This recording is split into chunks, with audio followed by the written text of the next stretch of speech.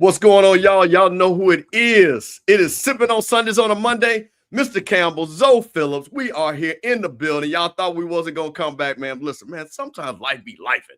And, we have to move some things. But listen, man, we are here to give you guys what y'all want to see. Got my man, Zoe Phillips, in the building.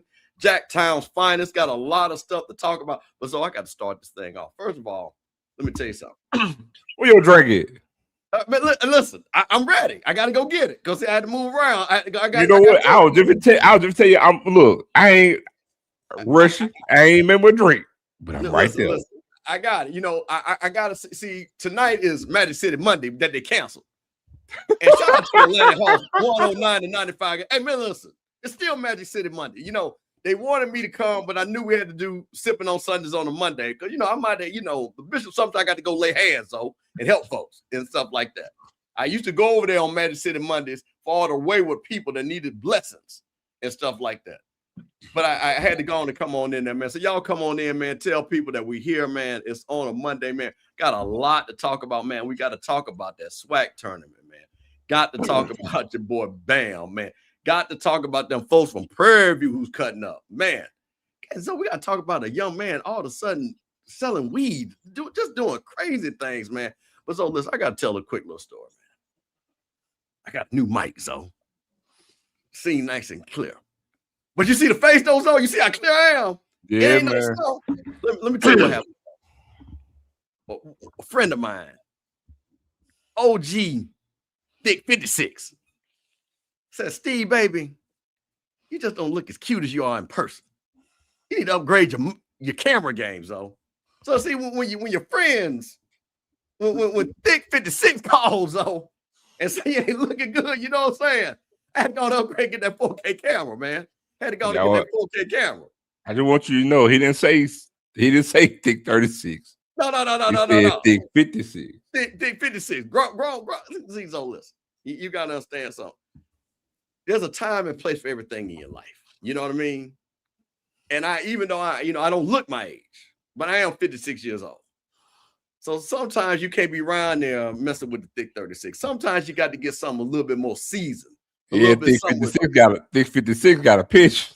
But look, listen, bro. 401k, own crib, got some nice shoes, got insurance. So listen, don't pay for no debit card. Use a credit card. You know what I'm saying? To get them points.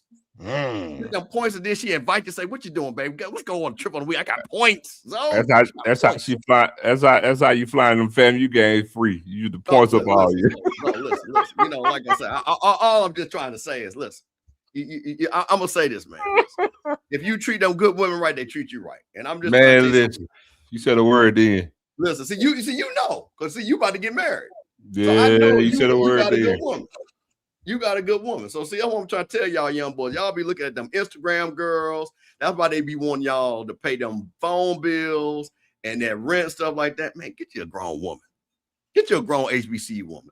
Shout out to my niece KJ in the building. See, KJ, see, grown, young. See, she young, grown woman. See, get a young like my niecey there. You know what I'm saying? That handle business. You know what I'm saying? Somebody you can build with. See, them young boys, man, they be out there chasing and stuff like that. So that's the thing, man. But we gonna get into it, man. We gonna get into it. So it's a lot of things going on and everything. But I'm gonna tell you what I want to start. I want to start with the SWAC tournament because, man, I actually went to the SWAC tournament, and man, I'm gonna play a couple of things, man, because my family rallies. So we play them Jackson State Tigers. We played them Tigers, and I want to say something because I think this is fair. I'm from Jackson. I got to give Jackson State credit. Player of the year didn't play. I want to say Tatum, who some people say is your the second best player, he got hurt. Them Tigers down there on Lynch Street, they hung in there. But, hey, man, we had to go and pull that thing out. But, so something happened to my Raptors.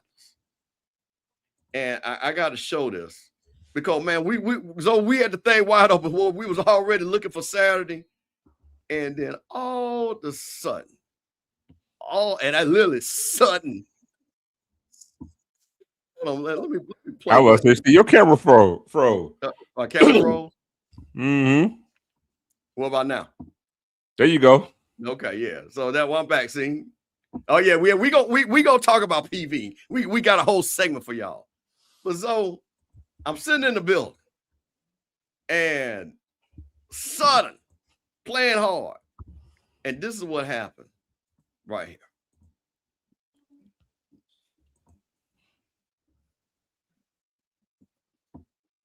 Ken now. Jacobs gets it out.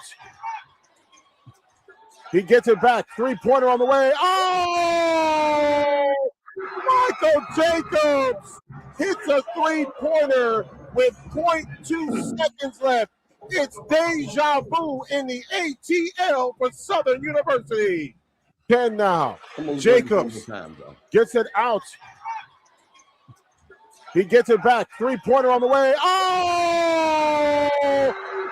Michael Jacobs. So we sitting there, Rattlers all there.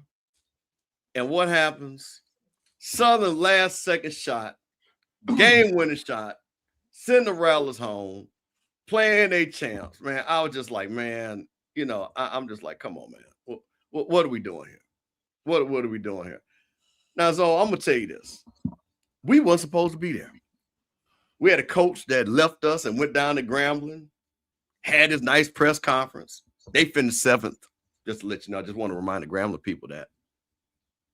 We come and Southern, who we beat Southern, and they hit a game-winning shot. But so that was not the end of the SWAC tournament for the men, because all of a sudden, and I'm about to pull this up, a certain team that has been chattering and chipping away and talking, all of a sudden, and just give me a second as I get this ready. You froze. I froze again. Mm-hmm. What about now? There you go. Yeah. I think what it is, like I said, we got this new technology, y'all. You know what I'm saying? And so if it freeze, I'm still. Look, you froze again. But you can hear me, right? I can hear you. Yeah, just hang on. I think what it is when I'm pulling up a browse, I think that's what it's doing. We'll get it together. We'll get your boy together. But yeah, I just wanted to show this because I got to talk about this, because this right here, we're gonna talk about this in depth. But this right here is what ended up being this. There we go. This score right here. Prairie View beat the Southern Jaguar. Let me make that a little bit bigger. People see it, because I'm pretty sure a lot of people know it, but just to make it bigger. So can you see that? Clear. Prairie View, 72-66. They had a young man on their team that played outstanding. I want to get that box score up, who was basically player of the tournament. But man, I watched this game, and so I don't know. This young man, Dante Horn, and Williams played, but Horn was the one that drove them. So I couldn't believe this. But let me say something about Prairie View. They had won, I believe, their last 3 games. I saw them when they beat Texas Southern. Went on the first time ever in SWAC history to win 4 games in the tournament, and ended up being SWAC champions. So I told the people at Prairie View, now mind you, they are the SWAC football champions, and they are the SWAC men's champions. Hold on. And before you go further, I just want to highlight something. I'm gonna let you make your point. If you go back 2 weeks ago, or 2 shows ago, we came on here and said that this tournament was anybody's tournament to win. We did. And that included Prairie View. So it's no shock that they won. And, kudos to them. You know what I'm saying? Anybody to the victors, to the spoils go to the victors, right? And but just let it be known that it's not a surprise, even though I believe they were the AC, right? 7th seed or 8th seed? They were the AC. They were the AC. And we said any team in that tournament had a legit chance to win that tournament. So I just wanted to highlight that, because we did state that before the tournament started. Well, see, and that's the thing. And we might get my boy, we got to, because we let him talk over here. We might let her come on and talk a little bit about this basketball. So, I saw this, and man, I made a statement. to a friend of the show. Our boy Lionel, PV versus everybody. And I said, so this probably, and I'm giving them credit, that this probably was the greatest year in PV sports history. And this is what your boy said. Now, this is what your boy said to us. Now, so I'm gonna let break down. So, what are you known as around the SWAC on these social media and YouTube spaces? SWAC historian. SWAC historian. Thank you. SWAC historian. I just wanted to remind folks of that. And your boy, Lionel, I'm gonna pull this up because he wanted to call us out and everything. Wait, let me pull this up because this was a long thread that he was tagging folks and and everything. Let me pull this up. And he wanted to argue with us. Oh, wait a minute, here we go. Let's see here. This okay, here we go. This is what started it all right here. Your boy. He was asking a question. So I of course we don't run from nothing. This is your boy Lionel right here. See if we can get that nice and big. So can you see that right there? I can see it. Blow it up a little bit, blow it up just a little bit more, just in case people at home see. There you go. There you go. Okay. Your boy said, "Where's them stinky podcasters at?" Well, of course, I had to promote Sippin on Sundays. So we'll be live tonight, and trust me, we'll be talking about the greatest sports year. Now, listen, does this look any shade? The greatest sports year in Prairie View Panthers sports history. We're going to figure out what's going on with the SWAC. He said not even the greatest. See how some of these podcasts just be making up stuff, no research or nothing. And I asked him, tell me in the modern era, when have y'all won men's football, men's basketball? And I gave him a women's sport in 1 year. He said, tell me any other school do that. But you know what? Guess what? There was a guy. Who said that? Yeah. It just had to remind them that some folks have been here, so some folks have been here. So I just didn't understand. Now, mind you, I'm giving him credit. So then he goes, and I said, well, maybe someone should do their research, young fella, because he is, young fella. You know what I'm saying? So a little bit seeding over here. I mean, we ain't new to this. So then he switches it up. He said, still waiting. I got one other program you can include me at. And you told him the point was proven. But, he couldn't let go. So he said been one. So here's what I'm here to tell you. It hasn't been one. Actually, Jack State has done it twice. Actually, Jack State did it in 96. I'll tell you the one that actually did it first. But hold on, give it context because you did state we want to give context here. We said in the modern era of the SWAC, and we gave a time frame because people like to say, "Oh, well, you start a particular year. We're going to modern era, which was 1970." And at some point, Steve, we're going to talk about here where we push the threshold now because now 1970s is going past 50 years. Right. So now is at the point now we're going to actually start itching up to say 1980. You see what I'm saying? So I want to make 2 points because the SWAC, the apex of SWAC sports, right, was the 1960s, 1970s, and the first half of the 80s. That's the apex of the SWAC. Oh, hold on. Well, okay. Let me tell you what we clarify. And so just to give you guys a boundary, we use 1970 because that was the integration line. That was the line of integration, 1970, when everybody got integrated. That's why we use that. Now, there's the 21st century. There are modern eras, but there's, like Zoe said, before night, when we couldn't go to none of them white schools, that was the non-modern era. Afterwards is all the way going forward. So that's what we're trying to say. And even to that point, there's only been 3 schools that have done what we talked about. But go ahead. So that's why we use reference. So we use that timeline because again, some people want to hold on, Jared. Wait a minute, Jared. Wait, first of all, he did not correct me because I was still right because nobody had done it since Alcorn had done it first. Period. Point blank. Period.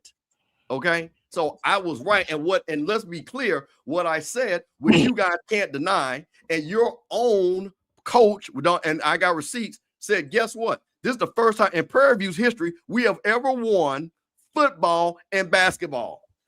Your coach said that. So the point remains this, and again, let me be clear.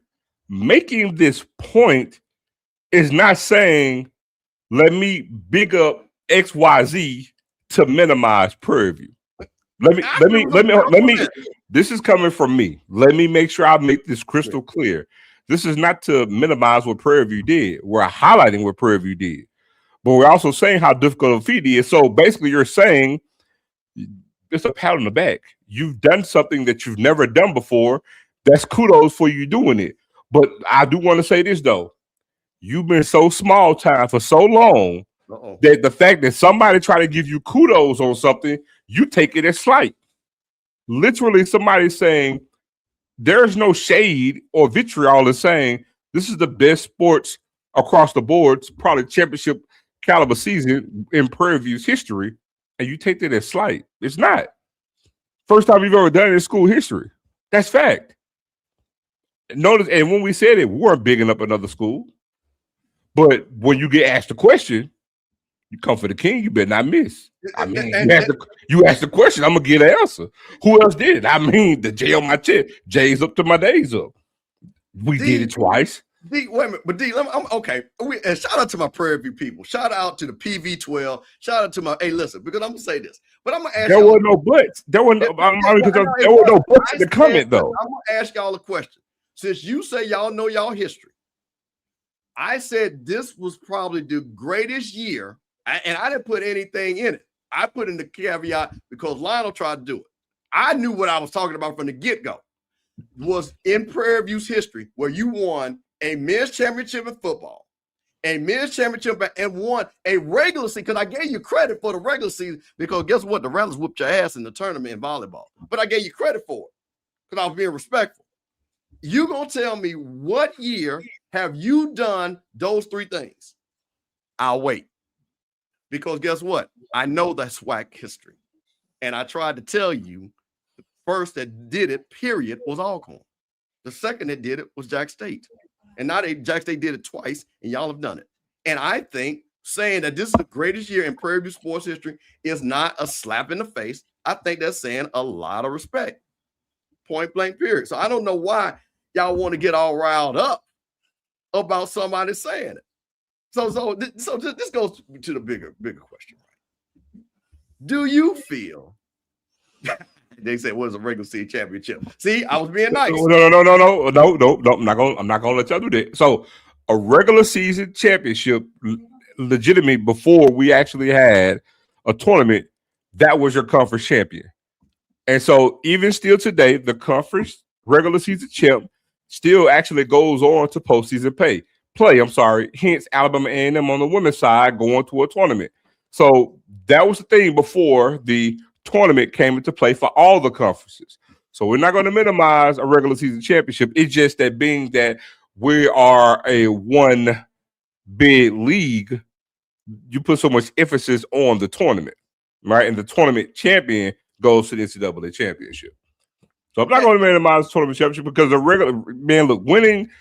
through the regular season and winning it, having the best record, stand for something. I'm not going to take that away from them. See, and that's what it was. And we would we were given ultimate respect. Like I say, that's where it used to be. Now it's the tournament champion to take it to the NCAA. So, I just found this, because again, man, we have a lot of fun with this, and everybody knows, and Lionel and I, that is my guy. That is my guy. But what I was curious about, Zoe, is the bigger conversation about the pressure. Because here was the thing that I wanted to ask you. Mm-hmm. You had the number one seed in men's basketball, Bethune-Cookman, that came into the tournament. Hot. Won 20 games. You had the Alabama A&M women who was rolling. And you know what I talked to a basketball guy and said? You said, you know what? The most pressure is playing in a one big league because you have to win that tournament to get to the NCAA. Yep. And the pressure sometimes gets to those teams. And I'm not saying the pressure got to them, but the amount of pressure, it is all or nothing. When you got a FAMU, a Prairie View, a Southern, we just playing loose and goose.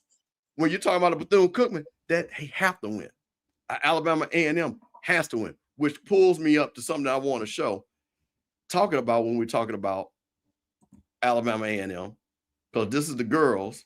And let me tell you something. Southern got a girl on their team.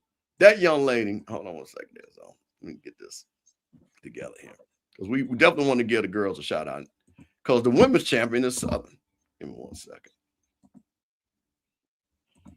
And we're talking about, again, the pressure that it takes. Because they had a scare against FAMU. And shout out to Coach Gordon and those lady rattlers that really tried their best. Now, this is Southern and Alabama A&M, 49-49, 4 seconds left. And here's the end of the game right here.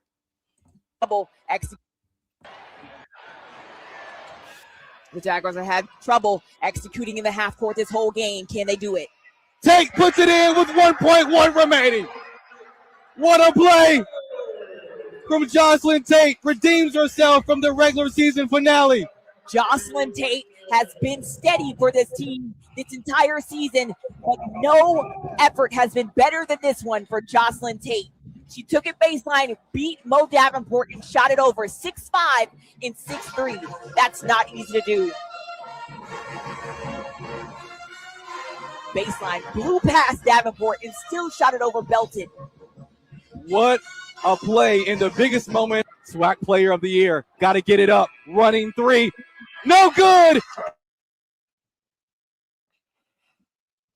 And there you go. And that's how they go home. And shout out that girl Tate. She's a sophomore. And I hope that Southern keeps her because she is a player.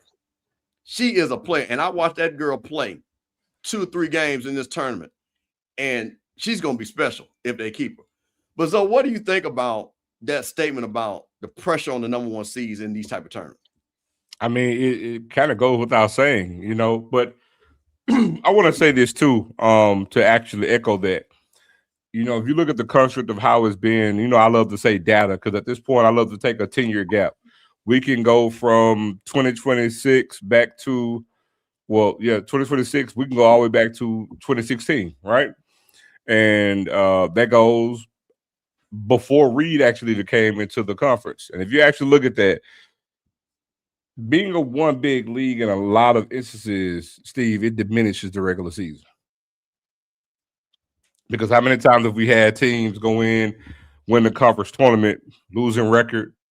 You know what I'm saying? Sometimes not even having a great conference record. I think Prairie View, if I'm not mistaken, was 99 and 500 in conference play during the regular season, if I'm not mistaken. Right. And they win the conference tournament, you know? And, you know, it just makes it gives the energy and the feeling of like, hey, the regular season does not matter.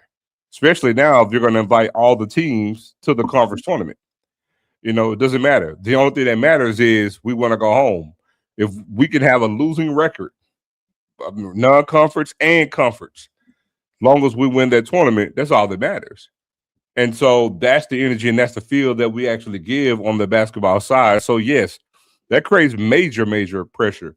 The last major, matter of fact, I don't know if you remember this, they actually had to deal with that really, really bad when John Calipari first got to Memphis. I don't know if you remember that, right? You know, they would have these, you know, tough non-conference slates, kind of like what we do. And they would probably lose maybe 1 or 2 games, and then they would go undefeated in conference play every year. You know what I'm saying? And it would diminish what they did from a seeding standpoint. And the same thing can happen within the SWAC. So to answer your question, it creates an immense amount of pressure because you already have the pressure of win and go home. But now think about it. It's like, okay, especially, and I'm going to use Reed because she was the last coach in the SWAC to have like really, really dominant teams in conference play. But then if you get down to the tournament, you go undefeated or you only lost 1 game. You see what I'm saying? Mm-hmm. You're expected to get there. It's a formality. And so like now, you know, those games, and you've been coasting through the regular season. Now those games create pressure because everybody else is playing with house money. They're not expected to be there.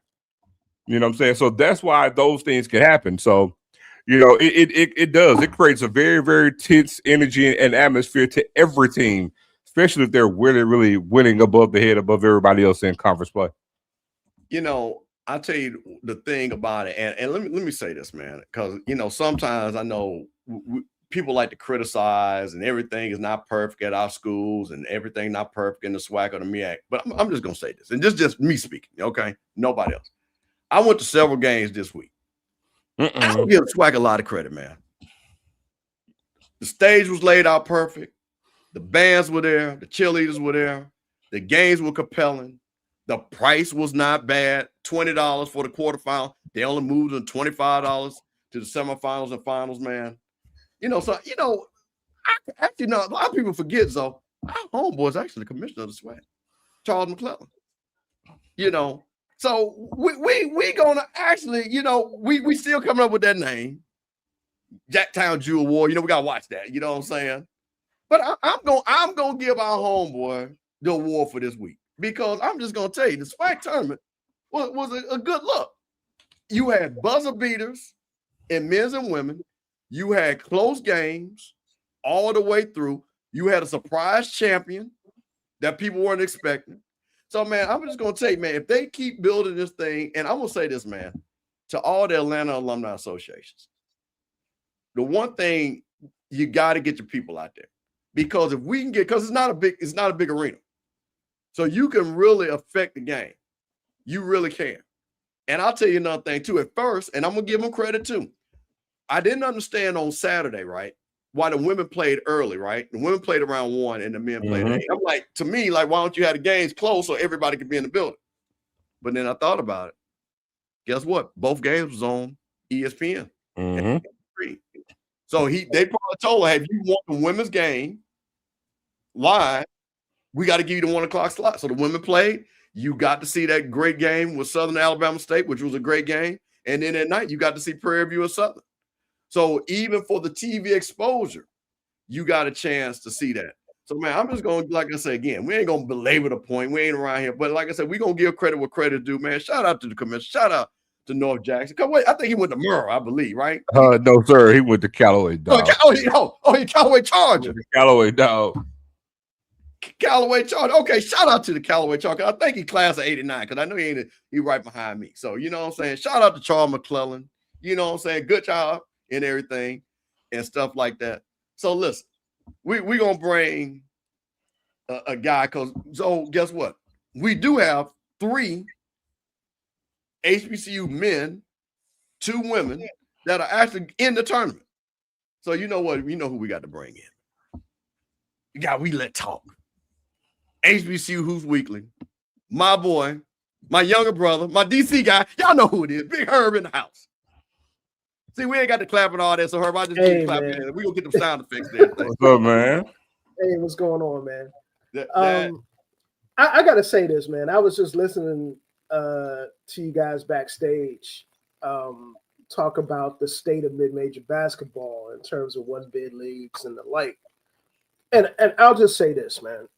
You know, every mid-major, you know, unless you're like, you know, Gonzaga and you're like that mid-major program that's, you know, just built different, has to deal with the fact that they're one bid league. That, you know, that dynamic is something that's not going to change, you know, unless you're a Power 4 or unless you get the chance to tailor the out-of-conference schedules the way you want. And in HBCU circumstances, particularly the SWAC and the MEAC, we have the added dynamic of our athletic directors kind of seeing those away games, playing away and playing big Power 4 or Power 5 conferences as a payday, which is, in my opinion, you know, as a basketball guy, to me is kind of it's the antithesis of building winning basketball programs, simply because, you know, by the time you get chemistry and stuff together for your squad, you know, when conference season hits, you know, as a collective, that conference net ranking that that we tend to go by, the NCAA tends to go by, you know, wins and losses impact that more than anything else. It doesn't. You don't get morality points for playing a top 5 or top 3 schedule when you lose every one of them, or you lose 1 or 2. Right. So to me, that that rationale, and I mean, I'm more of a fan, I'm a big proponent of regional scheduling. Like in the case of the SWAC, there's so many mid-major conferences that surround the SWAC that could give you quality partnerships, whether it's the Southland, whether it's the Big South, there are a couple of, the OVC, there are a number of them that come to mind. But in my opinion, being able to schedule regionally and being able to, to develop your out-of-conference schedules that way is something that lends to, your overall conference profile looking better. Because not only are those games, and I'm not saying that the cash game is going to go away. It's not. But I think. Go ahead. I was going to make a point to something that you said earlier. The thing I want people, we said this last week, but I want to make sure I let everybody know. Like all the schools, all the conferences that are one big conferences, y'all do need to know that they don't have to be one big conferences. That can change. Oh, yeah. You mentioned, for example, Gonzaga. Most people don't know Gonzaga's in the West Coast Conference. Oh, yeah. West Coast Conference, good basketball league, but it was just like the SWAC. And not too far away was it like the SWAC. But here recently, they have, and here's the thing, they swing. To me, I would call them a swing conference. They could still right now be a one big league, but then they swing to be a three big league. The only 2 constants that actually go will be St. Mary's and Gonzaga. But there has been times when San Francisco one time, because they had a great non-conference slate, got in. But you know what helped them was the fact that St. Mary's and Gonzaga had great seasons in this one particular year. And then San Francisco actually got the best of them. I think this was about 4 or 5 years ago. Correct if I'm wrong. But it swings because most of the time, I promise you, it's a one big league. But St. Mary's will do their thing. They'll get some players in. They'll have some success because there was a time when they both been ranked, right? But again, and you could pick. I'm not sure. I know Gonzaga won the league this year because, as a matter of fact, if I stand corrected, I think the conference only got 1 team in this year. No, listen, hold on, because we just you guys can hear me, right? Yeah. Because hey, listen, and shout out to Penn State Sports Talk. I don't know if this is one of our white brothers or whatever, but they come back and they got 3 in this year. They got 3 in this year. But they go to my point. They're a swing conference because it's not the same every year. It changes. It changes. Let me add on to that, and I think he made some really good points there. The one thing that I can say with the West Coast Conference and the MVC and conferences like that is that their athletic directors and the commissioners and even the coaches are kind of on the same accord in terms of how they schedule. Yes. Okay. But to your point, regionally, for the most part. Yeah, and I think that's the a lot of times when I get in discussions with people about how HBCU basketball at the D1 level can stand to improve, we already have some really, really good examples of this. Norfolk State, even though Norfolk State had a down year this year, by their standards, man, look, the way Coach Jones is scheduled regionally in the state, in the Mid-Atlantic region, in terms of building that program over the since he took over, speaks volumes. That dude has owned the state of Virginia. I mean, pretty much, since he's gone to that type of scheduling regimen. Kenny Blakely over at Howard is another good example of this. And I want to make this clear. I think I said this on Twitter earlier today. Howard men's basketball is the winningest basketball program in the last 5 years in the DC metro area. Let me say that again, because You got Georgetown in the DC metro area. Maryland. In the DC metro area. You got George Mason in the DC metro area. You got George Washington in the DC metro area. All Power 5 and Power 4 conferences. And, you know, for the naysayers, and I hope that kids that are watching shows like ours and HBCU Nightly and HBCUs Weekly understand that if you're good, if you can play, you're going to get seen. You can get seen, you know, you can get seen at an HBCU program. That's simple because people are doing it. Now, I got a chance to watch a lot of basketball this weekend.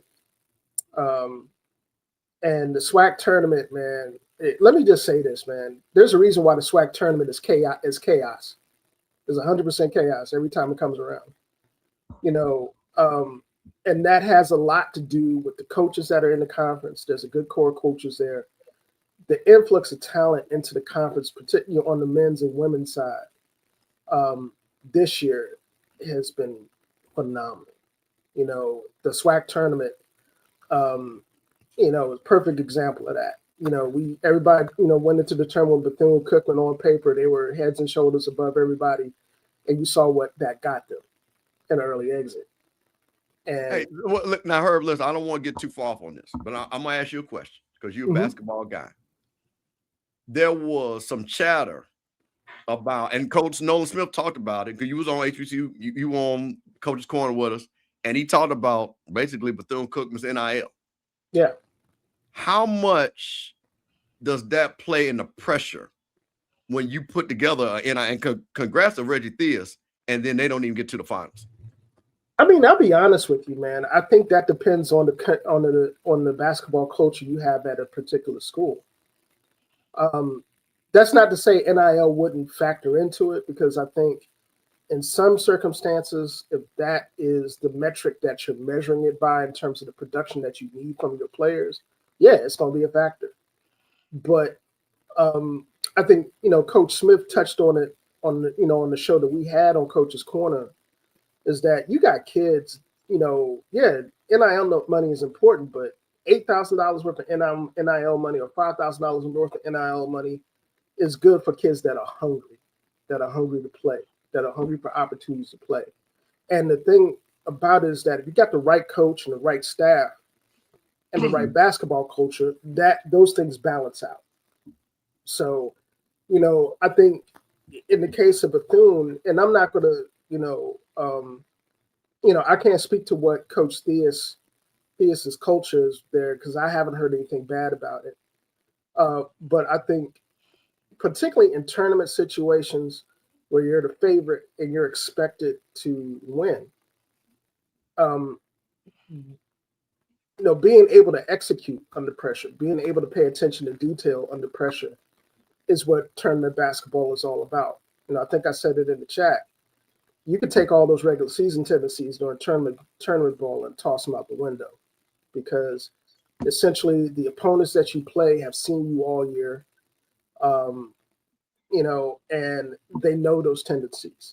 And if you're a coach, you know, you have to think outside the box during tournament time. You have to be especially dialed in terms of fine-tuning the details in terms of how you execute.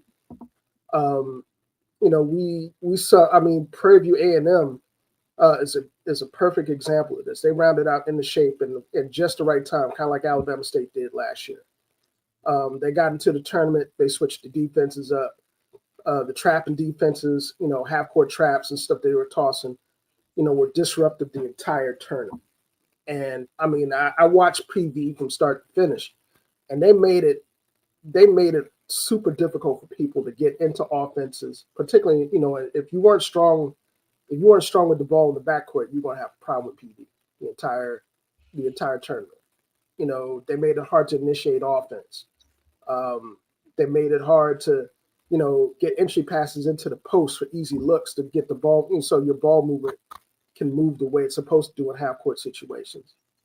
And then on top of that, you toss in, a player like, Dante Horn, who, let's be real, that dude was lights out.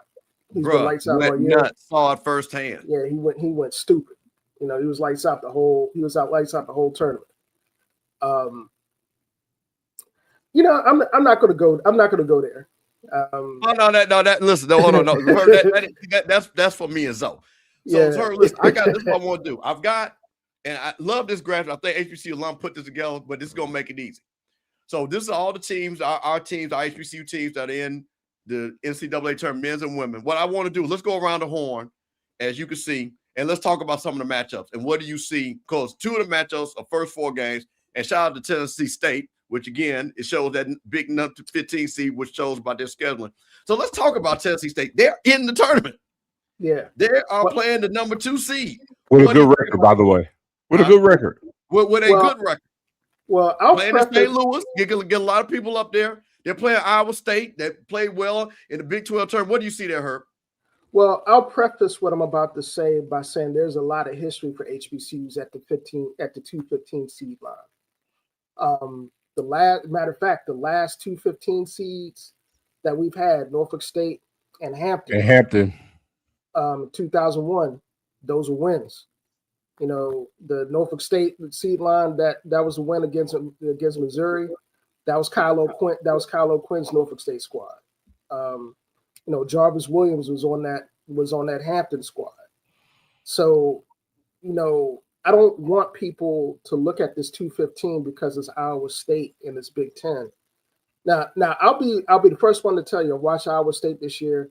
Fred Hoiberg has done a hell of a job there. That dude, you know, that squad is extremely potent offensively, and that's something that's good. That's going to factor into the matchup. But I think one thing that Tennessee State brings to the table that I think is going to make this a really, really compelling game is that they are excellent defensively. I mean, like I said, you've seen Tennessee State this year.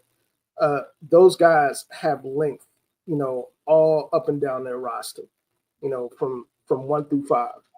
And particularly at the guard, you know, outside of Dante Harris, who's, you know, I think also he's going to be an X factor in this game because I think that kid, he's been there. I think PV can beat Lehigh. You know, I think that's a. Yeah, we're gonna get to him. I'm gonna get to that. But we're gonna just go down the road. We're gonna go down because we're gonna talk about just like I said, because I thought about it too. But I watched Iowa State. The guy's name TJ Osberger. He actually was assistant at Ohio State. In Iowa State. So that's the coach now that they have. Yeah, TJ Hoiberg left. Hoiberg rolled out. Yeah. Okay, that's right. So this guy, he's rejuvenated the program. I watched some things on him. So like I say again, very strong program. Again, as you can see, a number 2 seed. So just want to know, like I say, you know, and especially to come out with number 2 seed out of the Big 12, that show you how strong that conference is. Yeah, and and like I said, I think we were talking earlier in the season, and I called it. I said Tennessee State was good enough to be at least a 15 seed, if not 14. And lo and behold, you know, they went through the regular season. And I think the run through the last half of the OVC regular season and the way they looked at the tournament kind of solidified it. If I'm not mistaken, I followed the seeding. They weren't that far away from a 14 seed. I think they're like the second highest 15 seed. So it's a testament to what Nolan Smith has done in that first year in the type of roster, the staff that he's put together. Ultimately, I think that's going to be a great game, man. You know, like any other tournament game, the margin of error is small, simply because, you know, you're dealing with teams that are, you know, traditionally a little bit deeper, you know, and they have a little bit more flexibility with that depth. But I don't think that difference is that bad here. I think this is going to be a really good, really competitive game. It's going to come down to the last 5 minutes at least. I look at the Howard UMBC matchup, man. And all right, now hold on, her. Let's not step on this. Let people know. Now you from the area. Now a lot of people, and I'm gonna say this: I originally was born in D.C., lived in Maryland. A lot of people don't consider Baltimore Maryland. Baltimore is a whole separate, but we're talking about Baltimore. Let's be clear: Baltimore versus DC. UMBC, who upset Virginia as a 16 seed. So I saw a lot of heat, a little bit of trash being talked between the two cities. Man. So I want to be good. So I'm saying that I love that they set this matchup to give that little bit of backstory of B-More versus DC. So I want to set that up. And I also want to let you know, I want to see how much you think this comes into play as I was doing my research on this. UMBC just got into town. They've been delayed and been sitting on the tarmac. So how much of that is going to play into this? And go ahead and give us a breakdown. What you think, Herb? Well, first, I got to say, man, the NCAA is petty for this matchup. To be quite honest with you, I mean, some people calling it lazy. I'm calling it petty because I think the committee looked at it as like this might be funny if we match these guys up. Oh, 100%. Yeah. So you know, and for those folks that are calling UMBC Baltimore, the Baltimore County is Catonsville, bro. Don't get too excited. It's not Baltimore proper. Correct. So, you know, before folks get on the bandwagon and start claiming B-More, that's BWI Airport right there. That's about as close to Baltimore as UMBC is. But that being said, don't ruin a good story with facts. B-More versus DC. That's what we saying on Sippin on Sunday. We gotta play it to the brother element in there. B-More versus DC. Just for the story. All jokes aside, man, I mean, as petty as this is by the NCAA, I really like the idea of these two teams going up against each other because, one, they're two mid-majors, you know, from the region. And two, you know, both of them are perceived underdogs. You know, I mean, what can you say about UMBC, man? They're the only 16 seed in history to get a win over one. Yes, sir. That speaks for itself. So, you know, I've seen UMBC at a lot of times they're very solid. I think they're the best. I think they're the best 3-point shooting, one of the best 3-point shooting teams in the tournament. I think they shoot over 40% as a team from the 3-point line. I think that aspect is going to be really, really important. That being said, I think, you know, Howard is built, you know, to defend against that. And again, if you watch those guys throughout the regular season, watch them, you know, through the MEAC tournament, you know, they follow the same defensive formula. You know, they're long. They disrupt passing lanes. They run people off the 3-point line. They force you to put it on the floor to get into the lane. And once you get into the lane, you know, that length comes into play again, you know, and I'll be honest with you. I think if Howard turns this into a half-court game and Bryce Harper and that front court rotation, Cedric Taylor III, which I like to call the HBCU Swiss Army knife, because that dude is 6'7", 6'8", and can play 3 or 4 positions. You know, I think they have a really good shot at advancing.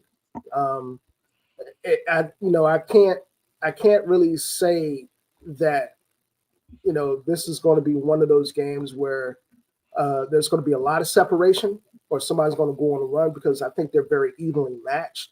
Yeah. But I think HU has the chops, you know, they have a really good chance to advance if they play the type of ball that they're capable of playing. That PV Lehigh matchup, I think that's a PV win with the way they're playing. If they execute, and that's an operative word. I want to say something before we listen. I want to say something. Lehigh, Patriot League champs, won the tournament, wasn't expecting one to. We're only 18-16. Yeah. 11-7 the Patriot League. So I'm telling you, when I saw this, and again, very familiar with this league, big basketball conference. Like I said, they are known to make runs. But I was like, out of all of the matchups, I said Prairie View got the most favorable. Far as I think they can move on. So go ahead, Herb, break that down a little bit, and I can talk about Lehigh a little bit too. Yeah, I mean, like I said, man, I think I've seen a little bit of Lehigh, not as much as I've seen of UMBC in America East.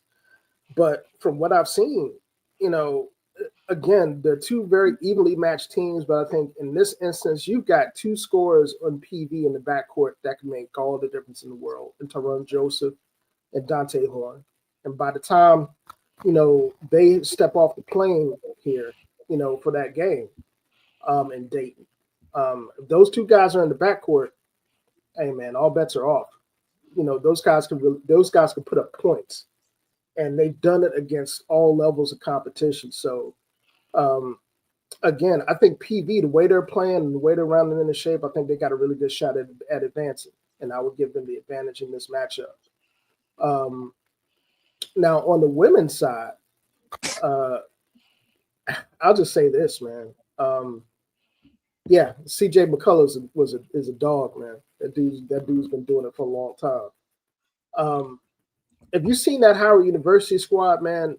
You know, on the women's side, that matchup against the Ohio State, that 14 seed versus 3. The 14 seed is a measure of respect, but I'm gonna be real. That Howard University women's team is better than the 14 seed. Wow. And I mean, if you've watched them for the duration of the year, at their best, Ty Grace has got a heck of a squad on her hands. If Ohio State goes into that game just saying, "Oh yeah, they're 14 seed, we're gonna walk them," you know, I'll put this into context. There's a reason why Maryland doesn't schedule Howard on a regular basis on the women's side. This year is that's perfect. Brenda Freeze. You're talking about a national program with Brenda Freeze now. Yeah, you know, this is a perfect example. Maryland basketball is serious. Yeah, and I mean, the last time Howard played Maryland, they gave, you know, they were lucky to get a win.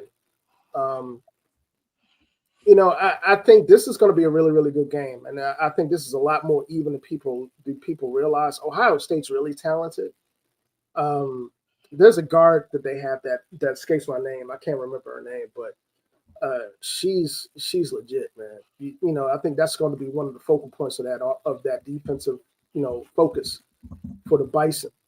You know, but Bison got some weapons, man. You know, point guard they got, freshman, last name's Jenigan, I think. You know, her assist to turnover ratio is crazy. You know, she doesn't turn the ball over at all. I think what's going to be telling is how well the Bison play on the post against this Ohio State squad, because Ohio State got some size on them, and I think that's something that could be a problem if they're not prepared to, you know, they're not prepared defensively for. But I think they could turn these folks over the way they play defense. It's going to be a good game, man. And you know, like I said, you know, it's not out of the realm, you know, of expectation to see an upset happen at this 14-3 line. And you know, the HBCU favorite in me goes for the upset. So, you know, I want Howard to pull it through. Now I'm looking at the 16 versus 16 seed. I think Southern got it. For the women on the first Southern. Four of the Southern. First I think four Southern game. got it. I think Southern's got that. Really? Yeah, I do. I had a pleasure watching, you know, those young ladies throughout the tournament. I think the one thing that could be a detriment for them is them actually hitting open looks when they get it. If they do not hit open looks, that could be problematic. That and rebounding. Yeah, rebounding. But in terms of, you know, and I hate to go back to this, you know, this theme, but defensively, teams that advance in the tournament are rock solid defensively. They make you earn everything. You know, in half-court situations and transition situations, you don't get open looks. And what I've noticed from the Southern squad, you know, through the year, particularly, you know, later in the year and going into tournament play, you know, they've made life for offenses and half-court situations difficult. You know, I watched that Alabama State game against Southern. Alabama State couldn't get enough, man. And it was like, you know, the focal point for Alabama State this year on the women's side was, you know, on the post. They made it hard to get entry passes into the post. They were doubling the block. They made it hard for entry passes coming out of it. You know, they closed out on shooters when the passes came out. They disrupted ball movement, you know, against, you know, anybody. And they did the same thing to A&M too, which really surprised me. Because A&M, you know, moved the ball extremely well on the offensive end. You know, it's one of those things that Southern, you know, they did the same thing well last year for the leagues. You know, I think, you know, I mean, it's a 16-16, you know, I think and mind you, Sanford, which, and again, I'm going to bring this point up. SoCon League, one of those leagues that's right in our geographical footprint. They won 16-18. They went on a run in the tournament. That's how they got in. Yeah. They won 16-18. And these are the things that Zoe's talked about. I know Herbie talked about, and we talk about this in football a lot.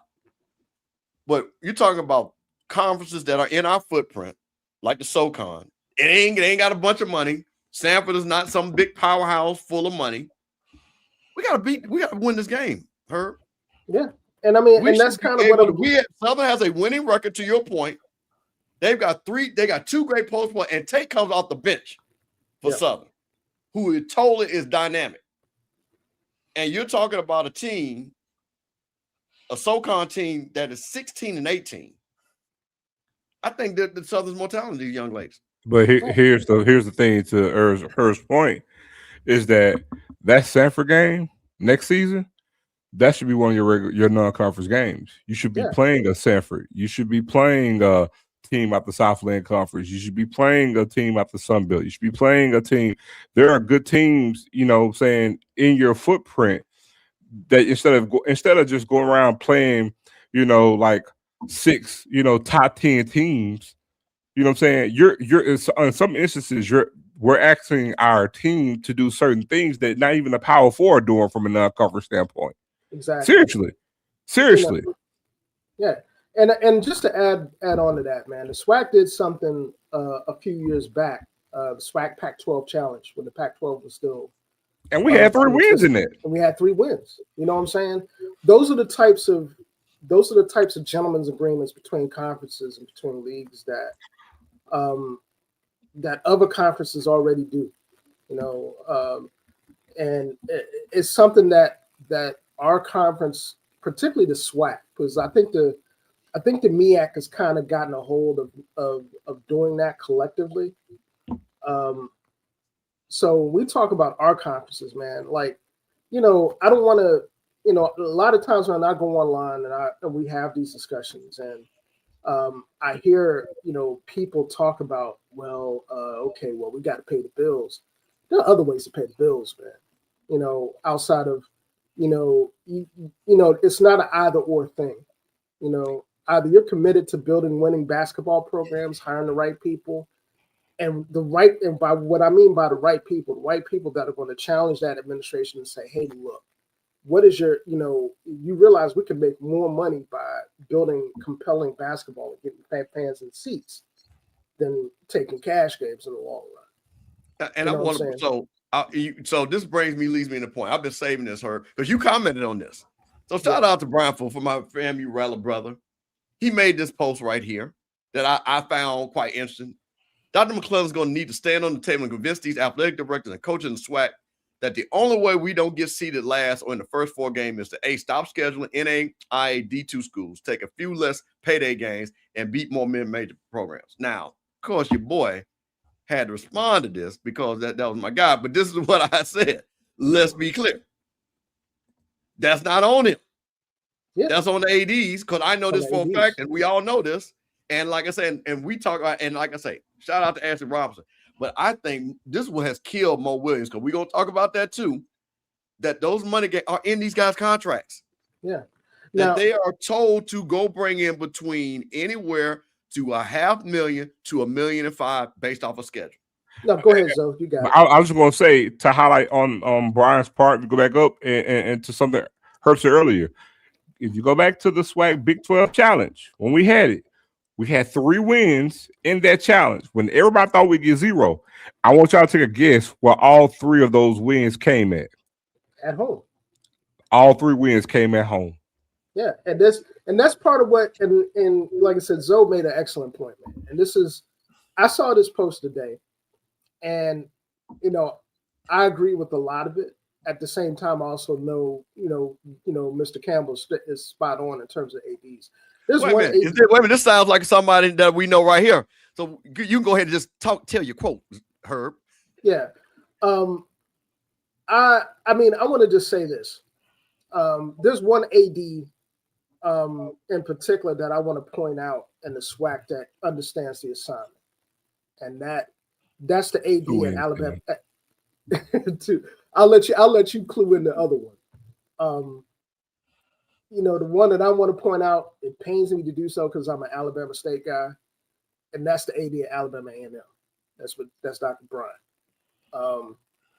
Dude brought in, the coach that he did, Dante Jackson, proven program builder.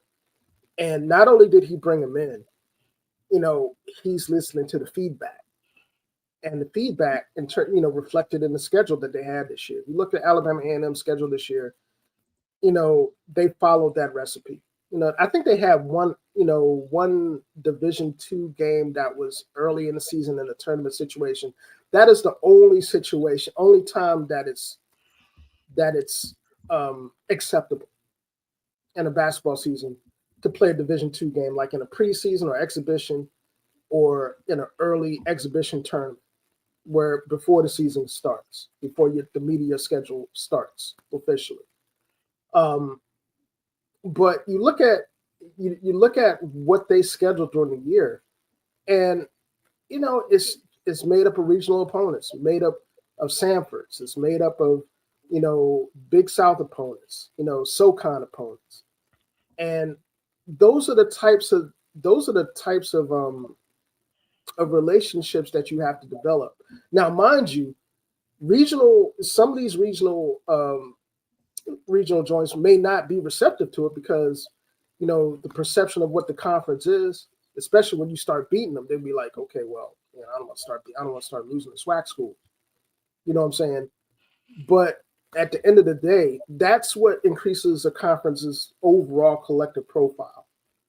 And I think the way that you get the types of competitive balance that you would get, like I say, the Missouri Valley, or in the WCC, or in some of these other mid-major conferences that have a little bit more visibility, not necessarily because the basketball is just astronomically better. It's because of the commitment that those athletic directors and those conferences have made to growing the basketball product.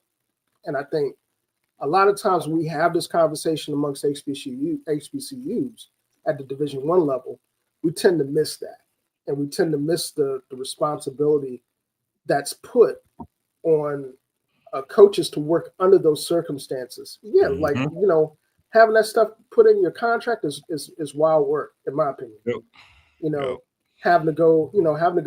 I mean, I think Jackson State, had to go, double-digit games away from home, like 15, 16 games straight. If you're a coach and you're trying to build, cohesiveness in your program, develop lineups, rotations, that's death, period. Mm-hmm. By the time you get to the conference season, if you're not dealing with injuries or you're not dealing with consistency issues, the only saving grace with the SWAC is that a lot of the same, a lot of the ADs are on this, are in the same mindset.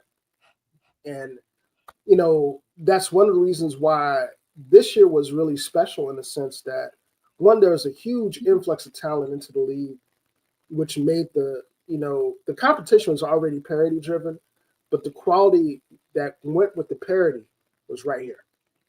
And that, anybody watch SWAC basketball this year on the men's and women's side. I mean, there weren't too many games that were just cupcakes or cakewalks. You go somewhere, UAPB was good on their home floor. Alabama State was good until they hit the slide or middle of the season, and then they kind of found themselves again. Alabama A&M was good. Jackson State was good in spurts, particularly when you had Ruffin in the lineup and Ruffin was healthy. There's a lot to be said about that. And I think a lot of times when we have these conversations about, our programs at the Division I level, I can't say that the D2 level. D2, I mean, the CIAA and the SIAC at the D2 level on the men's side, men's and women's side, they've been lights out, and I think, although their challenges are slightly different than what we see at the D1 level in terms of basketball, they have the same types of partnerships. You see the CIAA, schedule people out of, PSAC, You see the SIAC schedule people out of the Peach Belt Conference. You know what I'm saying? So it's well, EA, yeah, keeping up money for your program. I mean, that again, that goes to the AD, that goes to the who runs your department. You know what I'm saying? Look, I think people have to understand that it starts and ends with the commitment that your athletic department has toward building winning programs. It controls who you hire. It controls, the culture that you build. You know what I'm saying? So, I mean, Mr. Campbell can attest to this with Florida A&M. Before they hired, Charlie Ward for men's basketball. Well, I'll let him tell you that because that futility was kind of rough. Bro, I want to make one point too about this too, and that is when it comes to men and women basketball in this conference, right? In football, and I'm gonna use that because that's what we all love. That's the front porch to everything when we talk about the SWAC and this identity is football and being a band, the bands and the culture and everything that comes with that. But I want to let y'all know when it gets to football and it's a whole different thing. We talk about what? We talk about facilities. We talk about all these other things. Well, guess what? In the SWAC, you got good facilities in the SWAC. Got really good facilities. They're not different. They're not different.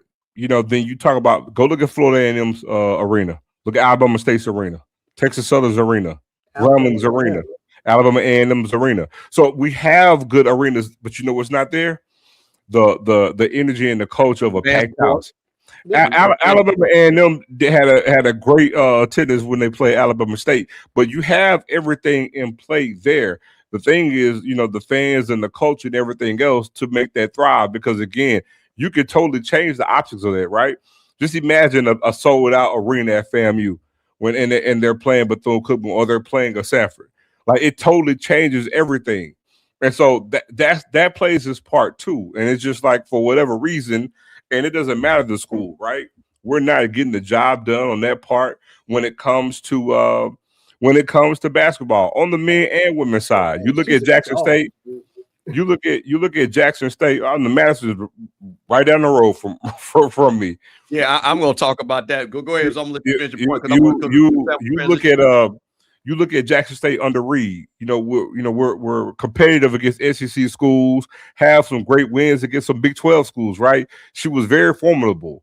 And then look at the attendance. You know what I'm saying? With the way that she was winning, better than what Howard is right now, better than Norfolk was under their coach before he actually left. Reed was doing a thing, and yet still we couldn't even halfway fill up the arena for her. You see what I'm saying? Yeah. And you have these things in play because again, I'm saying but we can change the optics of what that looks like, you know what I'm saying, from a sports standpoint. But in all these other variables, right, we come up with excuses and we drop the ball across the board. MEAC, SWAC, it does not matter. We talk about the CIAA tournament. That became a mainstay, but we never talk about the CIAA, the schools individually and what they're doing. Winston-Salem used to pack out their arena, but it's small. But again, they would do what they would do in that arena, but no one talks about what they do individually. It's always the tournament. We look at the SWAC. We don't talk about the tournament because, it's growing and it's moved, and hopefully we can try to get it to be a mainstay, but the fans got to do their part too. But again, we have all the things in play when it comes to basketball. I've always said this, and Varick has said it on other times over the years. The SWAC greatest resource to actually grow in prominence right now, believe it or not, man, is men's basketball, women's basketball, and baseball. Well, I agree, and let me add on to what you just said because I want to put this into context. I think the best D1 HBC basketball atmosphere I've been in, during a regular season game was Norfolk State, and shout out to the Scope. Yeah, there. If you've ever been to Eccles, and I don't know how many people that in SWAC circles have ever been to Eccles Arena. It's an on-campus arena. It's been there since CIAA days, but it's renovated. It's really nice. You walk into the arena and you see the history of the CIAA and the history of Norfolk State basketball. All around you. Whether it's Bobby Dandridge, whether it's Pee Wee Kirkland, whomever, it goes into the agreement, knows that there's a really good basketball tradition there. And it's not just that. And I think Zoe touched on something here. We talk about putting fans in seats and fan support. You develop that fan support by marketing the program. And not just the program to your alumni base or to your student base, although they're very important to market to, but to the community. Because essentially, in a lot of places, particularly in basketball, the SWAC, that's the only game in town. You know what I'm saying? Like Alabama State, for example, I'll give you a perfect example. Alabama State, you got Faulkner and Huntington in Montgomery. Nobody, I mean, with all due respect to those schools, nobody's checking for Faulkner or Huntington. When football season's around, you can even think about that. There's the same unique opportunity to do that in basketball, but every school, and again, this also goes back down to school leadership, has to be committed to one, develop a fan culture that people are going to be attracted to. Okay. And in other words, you make a hire, well, obviously the basketball product, if the basketball product's good, it's going to be a lot easier to bring people in. But in order to bring people in, because I mean, I've been in places at, P4, P5 programs where, it's been just cheeks, in terms of the basketball product, and people come out and pack out. So, I think it has a lot to do in terms of marketing those things as an event, developing the basketball culture and the fan culture around, the teams. And, that has a lot to do with, the little things. Like, I mean, I've talked to some, a lot of people in my spaces that are go on the sites and trying to find out who's players and whether, stats for players or whatever on sites, and you can't find them. You know what I'm saying? Or the information's outdated or the information's not updated. It's that type of attention to detail that trickles down. And regardless of whether you think so or not, has a really, negative impact on how you build out that, that fan infrastructure. Football for the SWAC, we don't really have that problem. You know what I'm saying? Because, one, football is a marquee sport for the conference. Two, there's a history involved with it for specific programs. Like, you're not going to ever have a problem with Jackson State or Florida A&M or Alabama State or anybody coming out for football, because the fan culture is there, the history and the tradition of the football programs there, even when you're winning or when you're not. That is something that has to be developed. The one thing that I can say about the CIAA, even though the arenas are smaller, is that the fan culture is there. So, 100%. Like, if a rivalry game comes around, if Lincoln plays Bowie State, that place is packed out, regardless of whether that's at. If it's if it's Elizabeth City, versus Fayetteville, it's packed out. If it's Johnson C. Smith versus Shaw, it's packed out. It doesn't matter whether or not those teams may be winning that year or not. The community involvement, in addition to that, is what drives, the storylines. In addition to the game. So I think, for us, and I think, like I said, I think Alabama A&M's they're really on the right track in terms of building that relationship with their community and their fans. Because if you've ever been to a game, I was fortunate enough for a year, when they opened the facility to go to the last Alabama State, Alabama A&M game. That was lights out, man. And I was just like, yo, and I hated to say it. Like I said, I'm an Alabama State dude. It's like kick rocks all the time for A&M. But I mean, you got to give it up, because it was a great production. It's the same thing when Alabama A&M comes to play at Alabama State. At the Acadome. Acadome is one of the older venues, but it's still in really tip-top shape. And the community sees that rivalry, they come out. They come out for Alcorn. They come out for Jackson State. Let me stop you right there, because it's one thing, and I want to because this I want to bring Zoe, because something that we got to talk about. We had a headline which ties into something. One of the things that I don't understand, and again, not criticism, but a question that I don't want to talk about. And I'm going to talk about this quote because shout out to Spartacus for that donation. I don't understand why SWAC does not have a rivalry week where we play, everybody play their rivals that same weekend, just like the ACC. It doesn't make any sense to me. That to me is like a layup. That's an alley-oop. That Alabama A&M, Alabama State are not playing the last game of the season. That doesn't make any sense to me. Southern Grambling play just like we do. That is just try. So again, it doesn't make any sense for Bethune-Cookman and FAMU to play when ain't no kids there. It should be just like Carolina and Duke. They play in the middle of the season and they play at the end of the season. But I want to get to this because I want to get to one other thing too, and we're gonna come back. But hey, listen, now see you talking smart. Let me tell you something. Her dad played basketball at USM, so she has it in the bloodline. But that junior class, her, Juju Watkins, Hannah Hidalgo, Audie Crooks, Malaysia Fulawale. Listen, this junior class is going to be nuts. Malaysia Williams, and man, listen, I'm telling you, they got that girl at NC State, Pierre. Those girls, when that WNBA draft comes out next year, it is going to be stacked. And I will say this about Booker. They got a number 1 seed.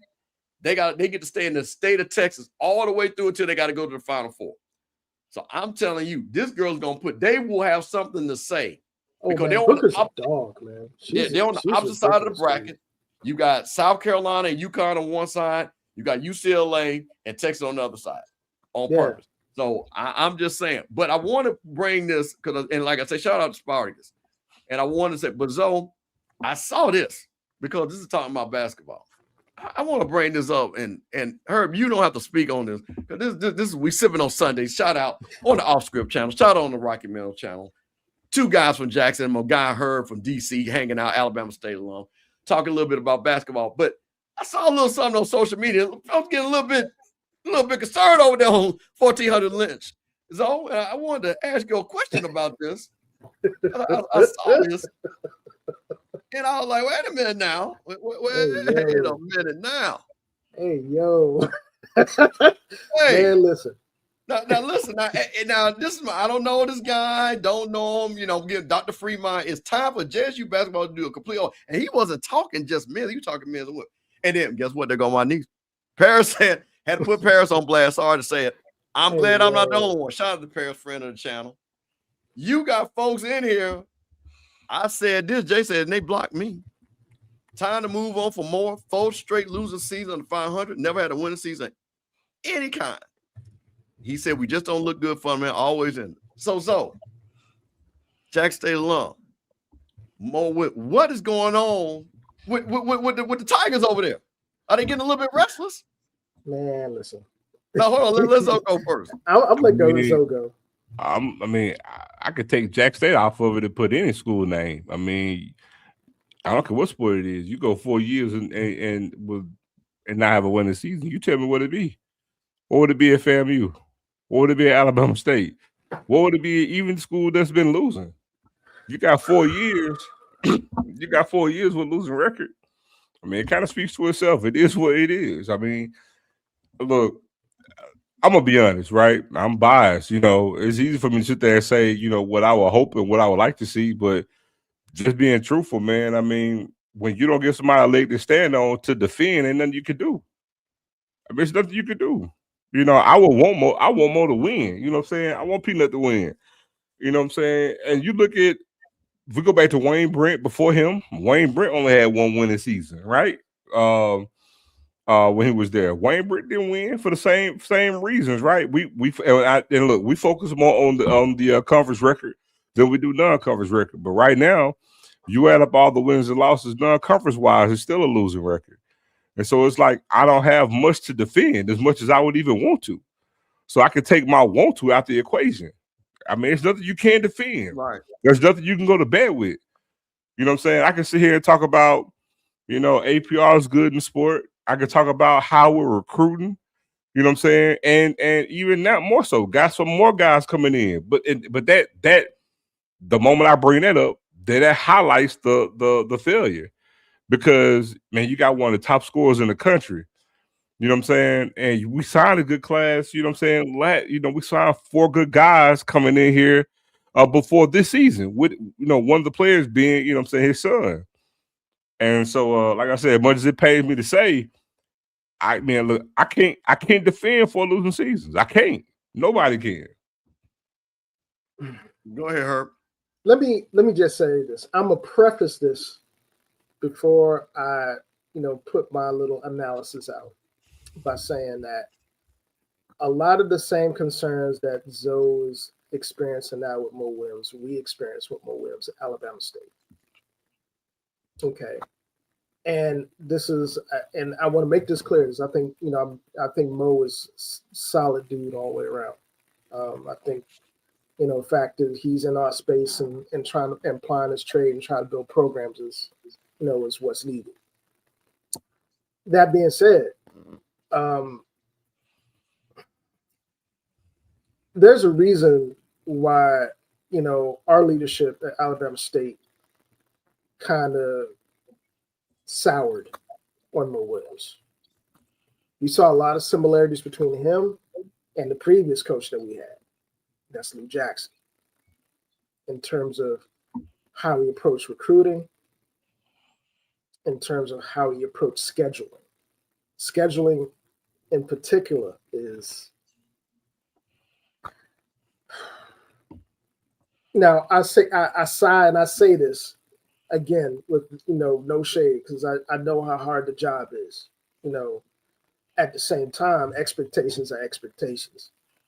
Wins are wins and losses are losses. And if you go into a season, 4 seasons straight with losing seasons, man, at the end of the day, you got to produce or you don't. And again, that boils down to your leadership and what your athletic department sees and envisions from that basketball program. On the women's side for Jackson State, I give that side of the ball a little bit of grace because of how high they were or where they were at. But I think in analyzing what's going on at JSU with Mo Williams, there are a couple of things that kind of disturb me. One, Mo effectively is in his backyard in terms of recruiting. I mean, that part of it is not a bad deal. He's brought talent in, but it's the type of talent and how those rosters have been constructed that have been issues, in my opinion. Just being on the outside looking in, before Ruffin got there, he had a loaded roster in terms of perimeter talent, but he didn't have anything on the block. Yeah, I see Zoe just like shaking his head because he know what I'm talking about. The other thing, man, is look, if you're a basketball coach and you're trying to build something and you have to schedule the way they've scheduled year in and year out, you got to speak up. You got to challenge your ADs and say, hey, look, this is really, really, this is really destroying the process of what I want to build. We need to find a common ground. We need to find a middle ground. I understand that, we do these cash games or whatever, but, this doesn't do anything to help me build this program the way I want to build it. And I think that's the one thing. Like I said, I'm an outsider. I'm not a JSU grad, or on the inner workings of that program. But as somebody that analyzes programs and sees how they're built and how they're constructed, those are questions that JSU faithful gotta ask. Well, let me say this, and we'll move. I'm gonna set you up on something. Here's the thing, and John Thompson used to say this, and this is the thing that, to me, I think for Mo Williams has always, to me, I don't think has been fair. But again, this is the economics of the way it works. John Thompson used to say this: if I got a senior-laden team, I'm playing the best teams in the country. If I got freshmen and sophomores, I'm gonna play a lighter schedule to get their confidence up. It is hard when you got to make a team and go out there and they're playing 10, 15 games. They're more likely than not, they're not going to win just starting off because of money. And again, I'm saying this respectfully, because every one of our schools has to do this in the SWAC, unfortunately, just because economics, we don't get funded.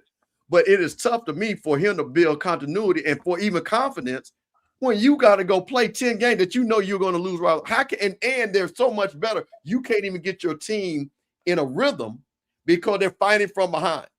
Exactly. So my thing is, when I've seen this over the course, it's to me 50% of this is scheduling that I've seen for him not to allow Jackson State, because the talent has been there. You see it. When they get in the conference play, you see the level of players and things like that. What you guys are? I was going to say, and to your point, EA, I know what the non-conference schedule is like. My point in that, though, is that we can't just sit here and say, because right now we look at Mo's record. Mo overall is 69-109. That's at a 38% clip. So now, if we want to live by what he's been in conference play at Jackson State, he's 47-25, 65% clip. So to a lot of people, that's enough to say, okay, if we're in the fight and we're in contention to win the conference tournament or to win the conference regular season championship, then that's what we can stand on, because guess what? We know what we're doing conference play. It just is what it is. Because you go year one, we're 12-6. Second year, we went 11-7 in conference. 14-4 last year, we're 10-8 this year. So again, so that's one thing you can hang his hat on. That he's had a winning record in conference play every year that he's been here. It's 47-25. So again, but if that's the case, and we want to look at how, okay, hey, that goes back to what I said earlier before Herb came on. We've devalued the non-conference slate. It's like, hey, we might as well just put scrubs out there because, hey, as long as we get the check, that's all that matters. Yeah, we're going to sacrifice the W in all these non-conference games to get a check. Yeah. Herb, last point on this, because I'm gonna move on, because something else in basketball we're gonna keep going. Last point. Yeah, man. I saw that comment, man. I'm like, look, I'm gonna say the same thing that I said earlier today, on social media. And it boils down to what leadership sees and envisions out of your basketball program. Do you expect winners, or do you expect the small bit of revenue that you get from the schedule and cash games? It can't be one of the, it can't, those two don't run ancillary of each other. If you're asking a coach worth his salt to come in and build a winning basketball program, this isn't talking about conditional winning just by, to win in the conference. College basketball don't work like that. And I think the thing that really, really bothers me about that type of mentality is that it limits who you hire. It limits who you can get into those positions, because coaches that get into those positions ain't gonna be not even attractive. It's nowhere near attractive. You're not gonna get a coach worth his salt from any level, NAIA Division II, that wants to build a program and wants to win championships, not just conference championships, but go to the NCAAs, go to the NITs, play competition and win. Now that ties into something that I want to pull up here. Yeah. This is Coach Eric Martin from South Carolina State. And as they said, and shout out to HBCU Game Day, my man Vaughn, Stephen Gates, those guys.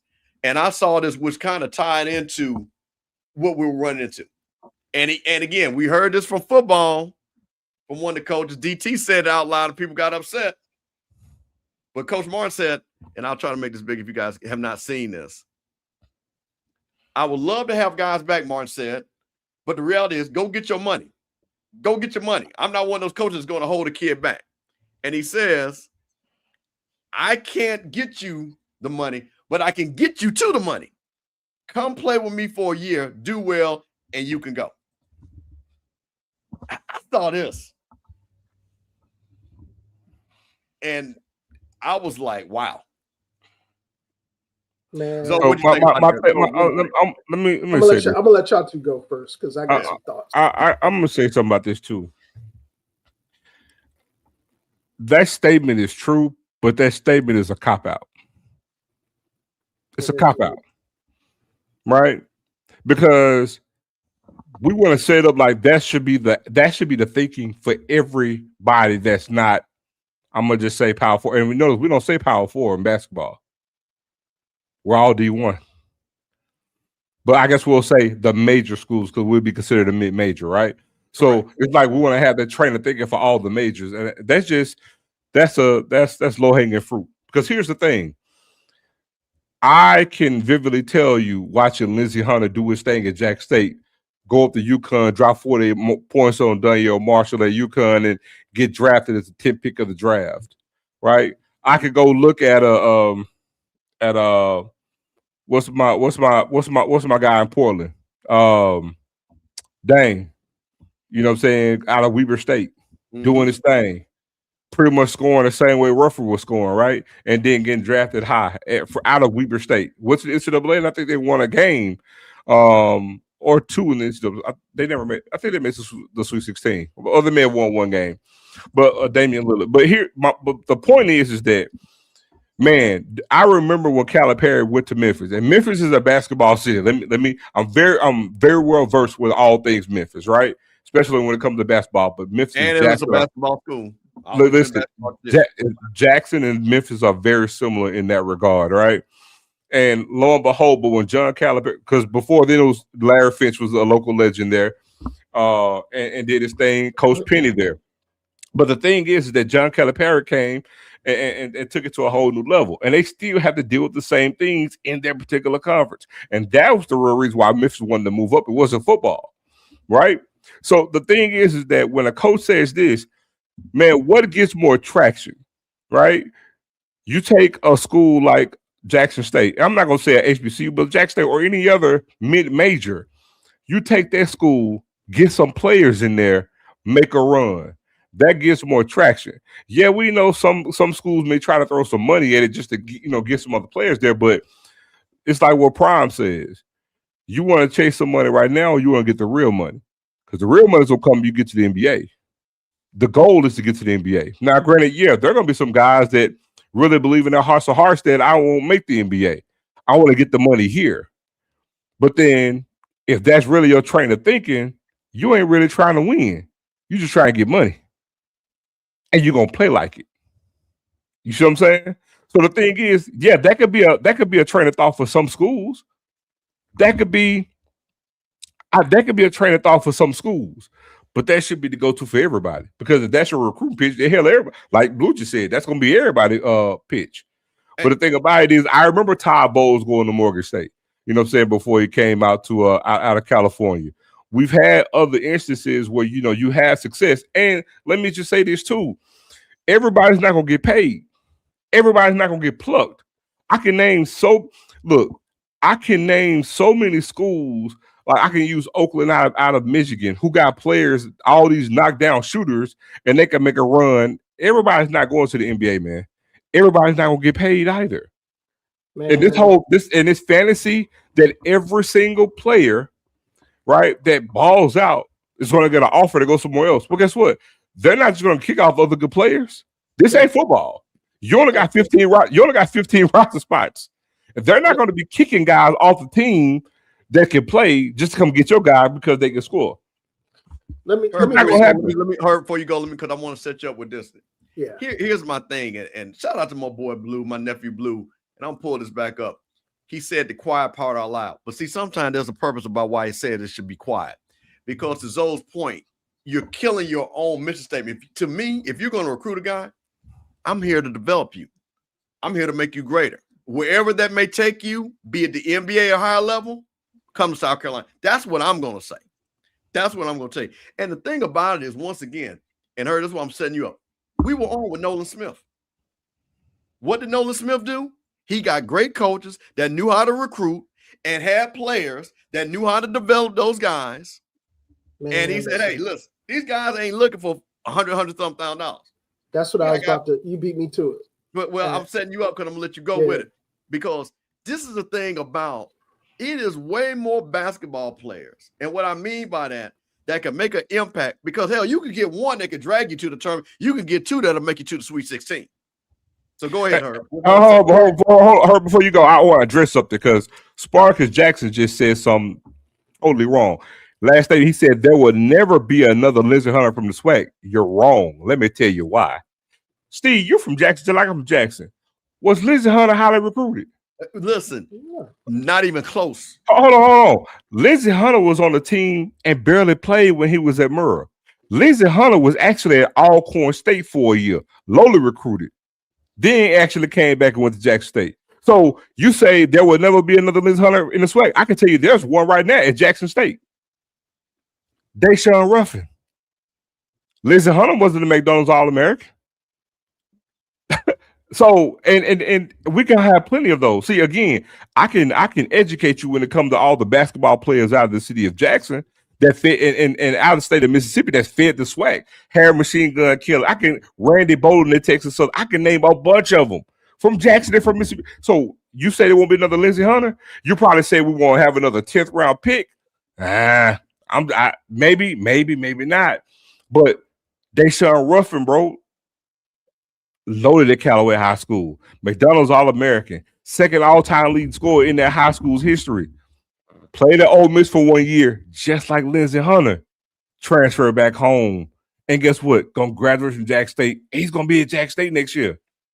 Deshaun Ruffin. I want to prove your points though, because hold on, wait a minute. Because let me see. This is why I think we gotta understand something, and why basketball to me is so important. Herb, I'm gonna give you this, but I want to make your point because I think people really miss how important basketball is. Now, I'm gonna pull up the bracket, but I'm gonna show you something because I'm talking about schools on our level, and I want you guys to look at this because you tied into something. People talk about need to be enough. We don't need another Lindsey Hunter because I'm gonna ask you guys a question. Let me pull up this bracket. Okay, let me see, make it really big. Hold on 1 second. Okay, can you guys see that? Mm-hmm. How many NBA players are on McNeese? How many NBA players are on Troy? That's in our footprint. How many NBA players are on VCU? That's in the MEAC footprint.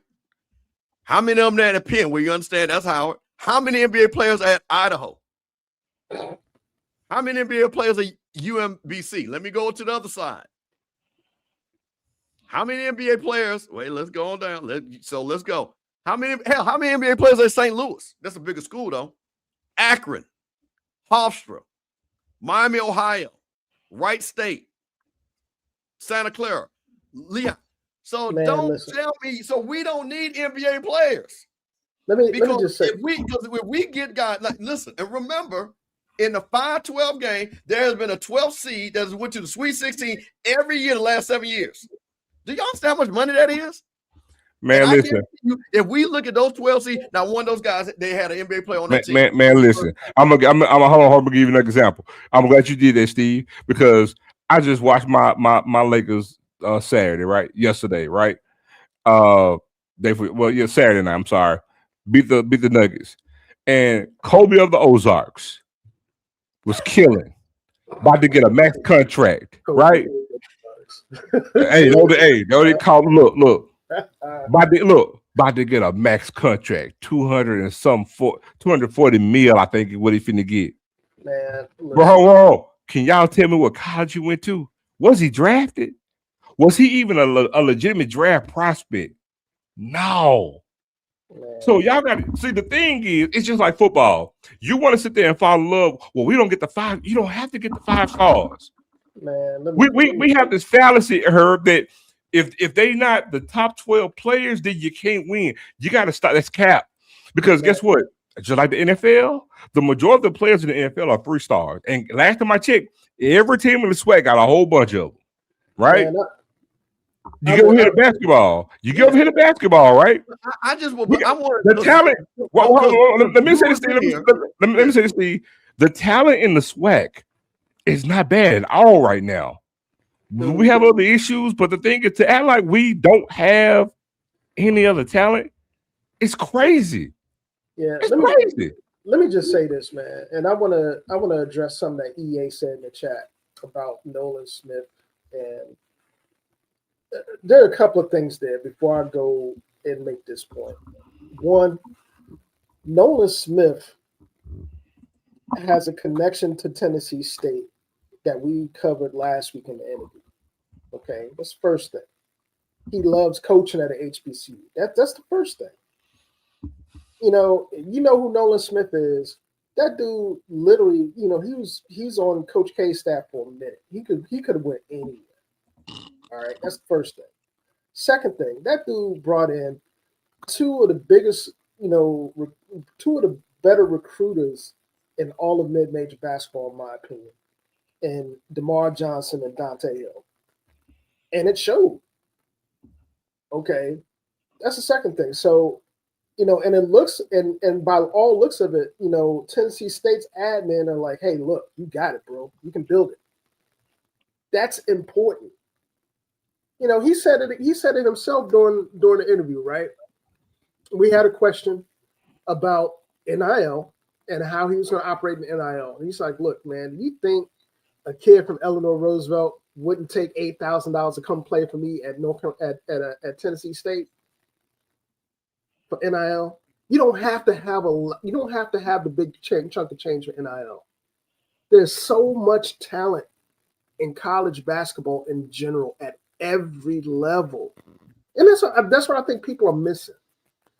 These mid-major team squads, where they reload from when people move up?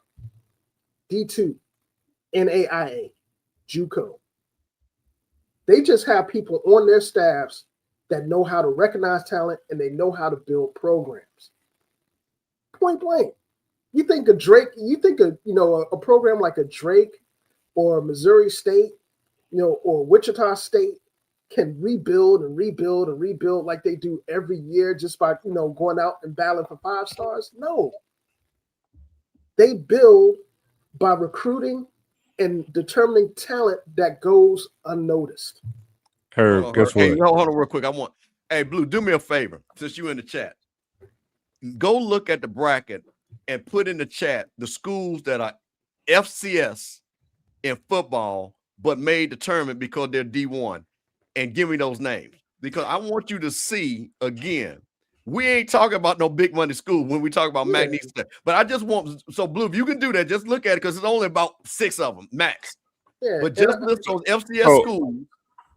So I want people to see, because I think this is important. Well, we missed this. Well, people think again we got to have some 5-star, and people that we playing football down on our same level are making the tournament at 12 seeds. I want to highlight something to Herb's point, right? To what he just stated. Sam Funches Jr., Sam Funches Sr. is from Jackson, Mississippi, played at Murrah High School right after Lindsey Hunter. Okay? Was a high-ranking recruit, signed with UConn, straight from Jackson, Mississippi. Sam Funches Jr., which is his son, same high school that Madison Booker went to. I bring him up because he signed with Gonzaga, first player in Mississippi ever to sign with Gonzaga. He's a 4-star, highly recruited 7-footer that has guard-like skills, right?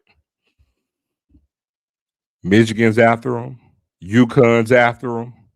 All these major programs are after him. He signed with Gonzaga. He didn't get no $1 million either. To Herb's point. So think about it. He's being recruited by Michigan. All these other these majors who could really throw money at him, NIL, but he signed with Gonzaga. Yeah, and let me, and Zoe, I'm glad Zoe put that out there, man, because I want to make a point. And this goes back to what I said at the very beginning of our segment. And I say this every time no, I'm not missing the point, dude. The point is that who you hire matters. Who you hire to build your program matters. And how it matters in recruiting. It matters in the type of basketball culture that you want to create at a program. It starts and ends there. Nolan Smith was able to. Hold on, Herb. Make your point with this too. You don't think all these schools that are winning, their coach is not going to lead to? So you see what I got on the screen right here, Herb, right? These are all the schools in the tournament. You can hear me, right? Mm-hmm. Okay. These are all FCS schools that are in the tournament. You don't think they're not going to have the same issue like Tennessee State? I'm using EA's point. All these schools going to have the same point. But do you see these names consistently, to Her's point, and so year in and year out make the tournament? That's about. Let me address something. Put Mike's comment up on the thing because I want to address this real quick. All right, Mike. Let me tell you something, bro. As somebody that's been in AAU circles, that's coached AAU ball, that's talked to kids, that's still talking to kids, that has kids that contact me on X and Twitter about where they can get on, who's recruiting, you'd be surprised. Sure would. Don't make the assumption because you see the top, the absolute top 1 or 2% getting these deals. That's the norm. That's not the norm, dude. The norm is that kids that are coming from these levels, particularly if you come from public school basketball in certain areas where you don't get the visibility of those programs, they're looking for places to show out where they can get to the bigger money. That's how that works. Why do you think kids go to JUCO? Kids go to JUCO. Kids go to Division II to apply their trade, to build tape up so they can move up. The same thing applies for mid-majors. There's a mid-major, there's a cat now at Iowa, right? Exactly. There's a cat now. Some do, some don't. Yeah, but my point is we got the teams that are in the tournament. Yeah. I mean, you talk about it's wild. It's not wild. Heck, look at Miami of Ohio. Look at that roster. I guarantee you, I know Miami, Ohio ain't got that type of scratch. They 31-1. And to Harris' point, even if you have one player on the roster that's getting 20,000, you're not having where you got 15 guys on the roster and they're all getting 20 to 30,000. It's not happening. Yeah. Herb is actually telling you guys the truth. There are a lot of guys at mid majors who may have signed for $10,000. That's actually more the norm. That's the norm. A whole lot more than what you realize. Yeah, that's serious. Man, y'all act like every single kid that's in the portal is going to sign for like 20 or 40K. That ain't even sustainable, and it doesn't make sense. Especially, look, man, I'll give you another example. There's a kid from Iowa that used to play at Division II, went to Drake, and then came up to Iowa. That dude went up for free, and I think he's like all Big Ten now, all Big Ten team. Bennett Sturt, I'm hoping I'm not butchering his last name. That dude started at D2, shot the lights out, averaged like 25, 30 points a game. Ain't getting no NIL money to go to Drake. Went and showed out at Drake. Went to Big Ten. Nah, I'm assuming he got some NIL money. But I think y'all got the whole NIL game twisted because you see this with Power Fives. George Mason ain't giving out NIL money like that. Georgetown ain't giving out NIL money like that, even though they got the money to give. I know programs like Furman, High Point ain't giving out NIL money like that. Charleston ain't giving out NIL money like that. Lehigh ain't giving out no NIL money. These are teams that we're talking about. And we're talking about, and just to kind of go back to what was posted from Eric Martin. To me, that's a cop-out. It's a reality, but it's a cop-out. And I'll tell you why. One, there's so much talent that's in the pipeline at every level of basketball where if you legit, put your ground game on and go scout, go to the, do the out-season portal, portal routes, portal rotation like you normally do, like coaches do, and get out and recruit, you can rotate those rosters in and out. If you want to play it like that and you have an effective team to recruit and to scout talent, that ain't a problem. Mid-majors do it every year. Every year. And we're not talking about just a handful of mid-majors either. So, when I hear that, particularly when it comes from our schools, man, it bothers me because, let's take a look at the CIAA and the SIAC, for example. If we want to play that game, for the MEAC and the SWAC, those are natural. Those are, dude, man. Look, there are certain programs. We need to source up, man, with data. I'm telling you what I know. So check this out. So you mentioned McNeese. McNeese's NIL is on par with Bethune-Cookman. The rage right now is that their team manager has made $1 million in NIL off the court. But McNeese's NIL is on par with Bethune-Cookman's. Yeah.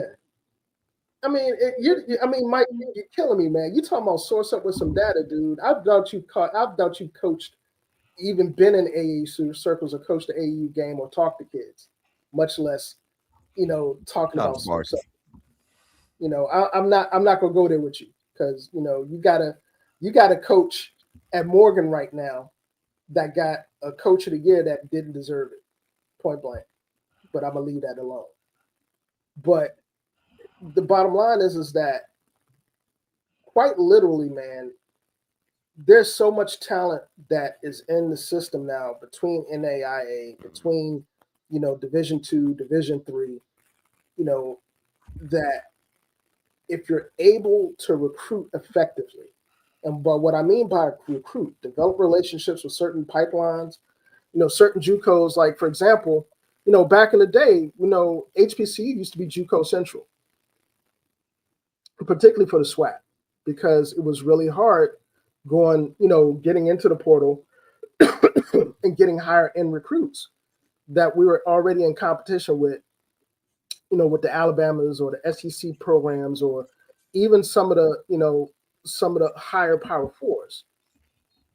So I think it's a misnomer, to hear people talk about, okay, well, making an assumption about what kids are going to go for, and the reality, on the ground ain't that reality. The reality on the ground is that every program can't toss a kid, and we're not talking about 5-star, 4-star kids. We're talking about kids that are 3 stars, 2 stars. Some don't have stars, but have been evaluated as such and find their way in the programs and produce. So, I think a lot of this discussion about, NIL in terms of what it means to the programs that aren't Power 5 or Power 4 programs, those two dynamics don't apply to each other. Not even close. That's apples and oranges. Yeah.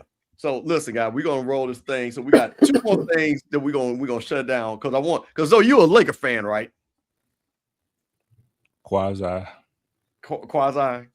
Well, I want to lighten this thing up because I've been seeing something, and for all the my man Mike Reed, shout out to Mike Reed, homeboy Mississippi.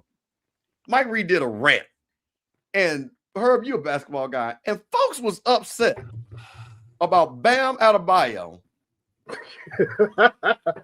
passing, in quotation marks, Kobe's record. Now, last time I checked, Wilt Chamberlain had the record. But these folks are mad. So I'm gonna play a video, and I found this. And I need to Kobe, because I know all y'all Kobe stands are out there. I need y'all to explain this to me. But this is my man Richard Jefferson. Richard Jefferson does a great job, Road Tripping Podcast. And he just broke this thing down. We're gonna let Richard talk to the Kobeeites and the Kobe stands. And get on my man Bam. Here we go. We're going to take y'all on a little history lesson, okay? Allie, will you read this about David Robinson? On April 24th, 1994, David Robinson scored a career-high 71 points against I remember that. securing the 93-94 NBA scoring title. On the final day of the season, his stats, he shot 26 of 41 from the field, 1 of 2 from 3. Orlando Magic coach Brian Hill and others criticized the performance, labeling it a mockery of the game due to the excessive focus on padding stats in a blowout. That's what I'm saying. I remember being 13, 14 years old watching this, and everybody was like, David Robinson on the last game of the year, he was 0.2 points away from Shaquille O'Neal and the scoring title. And his teammates were like, big fella, here you go. He scored 71 points on the last game of the season, and they threw him the ball every single time. People have been doing this. Let's give the most recent one. Devin Booker's 70-point game on March 24th, 2017 against the Celtics is often debated due to the Suns losing 131-20 and actively aiding him in setting the record. While some argue late game shenanigans and intentional fouls in the final minutes inflate the achievement. Others view it as a historic 20-year-old performance. Suns coach Earl Watson utilized multiple timeouts and intentionally fouled late in the fourth quarter, which aided Booker's quest for 70 points. Earl Watson said, "It's about letting our kids be great. You got a problem with that? Do something." I love it, Earl. Hey, D-Book, this is no shade to you. When guys have an opportunity, your teams will do things that help put you in that position. You still got to score 70. You still got to make the free throws. You still got to be in the conditioning to do it. All of this is because of, and I understand the emotional connection to Kobe and that being kind of that holy grail. Kobe was doing it. He had 60 and 3/4 multiple times. That game, he needed to play in the fourth. And that's how he got to the 81. People that want to get up in arms and be and all this other BS, like that's fake. Y'all not paying attention to the history of the game of basketball, understanding that special moments like this will happen. Celebrate Bam. Don't look at the final 5 minutes and not look at the first 40 that he was playing. Mm-hmm. Don't do that. Because that first 40 is one of the most remarkable performances we've ever seen. Man, I want to say something about that. There's two things can be true, right? Now, I'm gonna be honest. In his own video, he missed the mark. I'm gonna tell you why. His whole point for making the video, his point was people have done this in this manner before. But what he didn't tell you was on all those instances on the video, it was outraged, even when they did it. I, too, was 13, 14 years old. I remember that Shaq was going to get his first scoring championship. And then guess what? People did say at that time it was cheap that, you know what I'm saying, literally on the last day of the regular season that he had that many shot attempts. And then he was playing the Clippers, who at that time, I think they were in single digits in wins. And it was like, we're purposely going to do everything we can to get you the points because he was down. I want to say he was either like 0.2 or 0.3 on scoring average. And then he needed to get that to surpass Shaq. And he got 71 points, literally, and it put him at like 0.4 to get him above Shaq, right?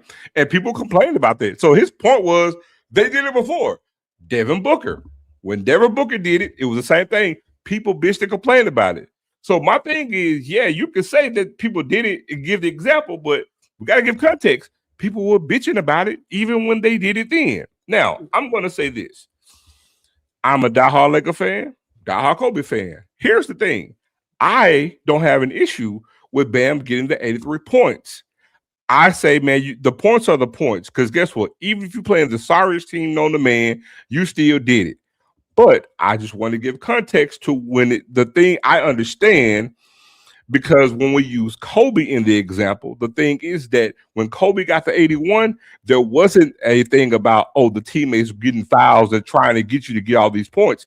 Kobe, if you remember that season, had got 62 real quick in the third quarter and got pulled. The only reason why the 81-point game happened was they were playing Toronto and he had to score that many points for them to win the game. So I guess some people are feeling like, you know what I'm saying, it was in the throes of competition.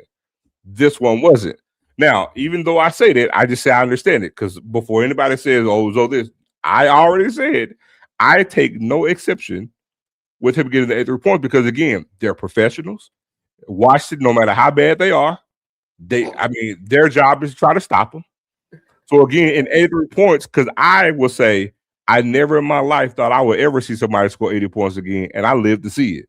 So I'm not going to discredit Bam anything. And also, as time go on, people are not really going to really be up in arms about Bam Adebayo and how he got 83 points because the record is going to show 20 years from now, 50 years from now, if it still stands, Bam Adebayo had 83 points. And dude had like 46 free throws. The fact that he still made a high clip number of free throws needs to be commended as well. Man, let me just say this, man, for better or for worse, as a native Washingtonian and a lifelong Bullets/Wizards fan, I can't be mad at Bam Adebayo. I can't. Because the reality is that this franchise has been cheeks for a long time. And the epitome of those cheeks was that 83-point game. And I watched that game. I sat here, right in front of my television and watched this on Monument Sports. We dropped that 83 points, and only thing I can think of was like, man, the offseason and the lottery can't get here fast enough because that's all we're living for right now if you're watching it.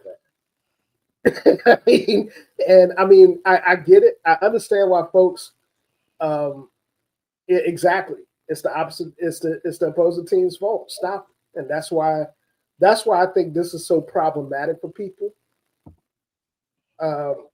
Because the Wizards are just, they should change the name to the Generals, man. I agree.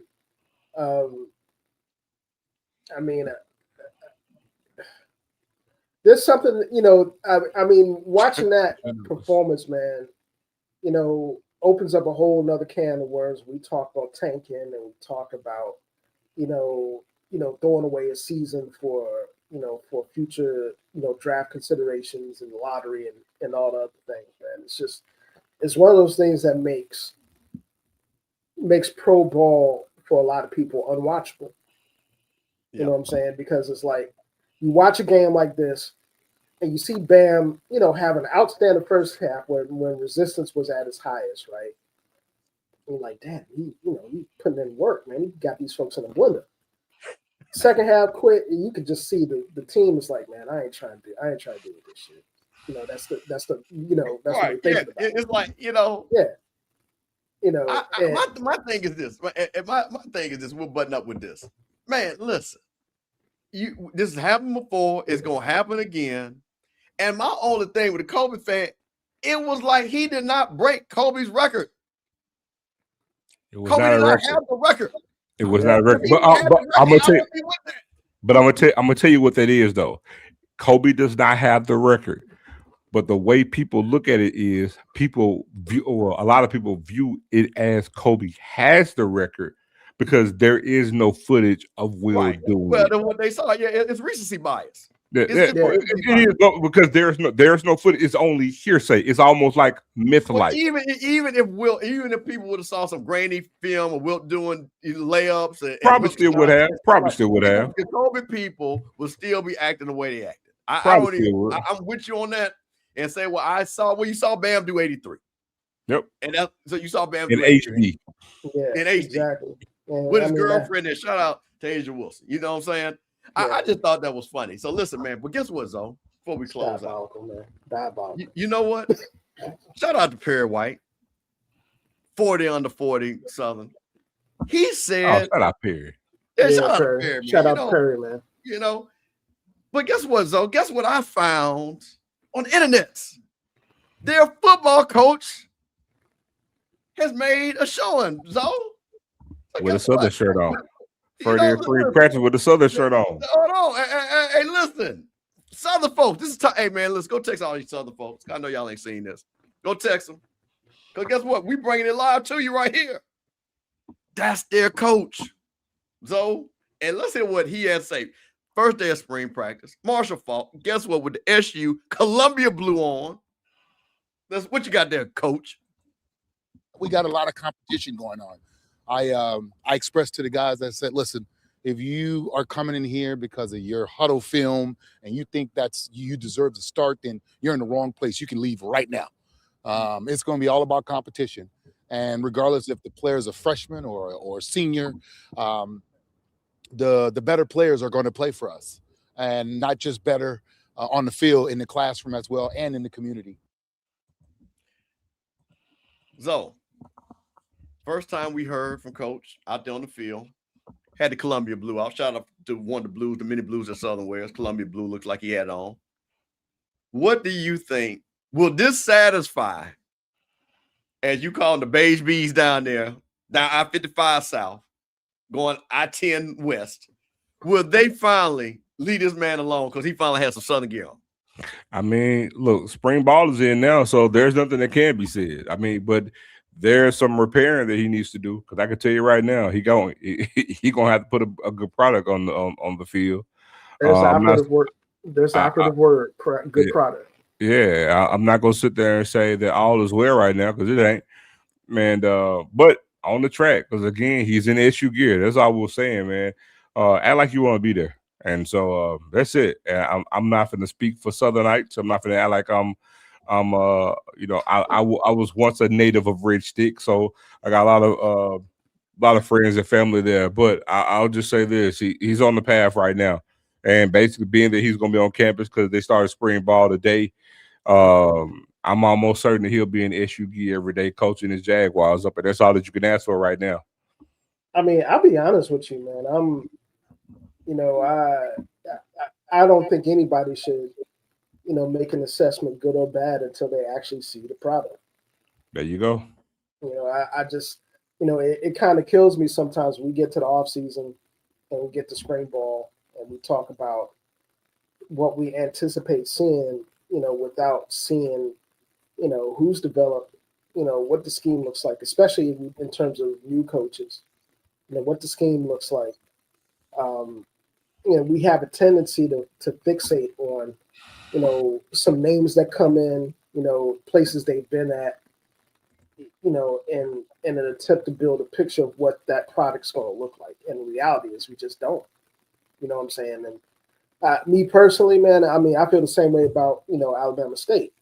I'm always in the same mode until, that product gets on the field and we see what it actually looks like and how the pieces fit together. So, yeah, I can't call it, man. I'm with Zoe. I'm not, I'm not in Southern's, in Southern's inner workings. I would hope that fan base would have the, the presence of mind to understand that, you can't really assess anything until, you see so. All right, last thing, closing up. This is for the old man and me.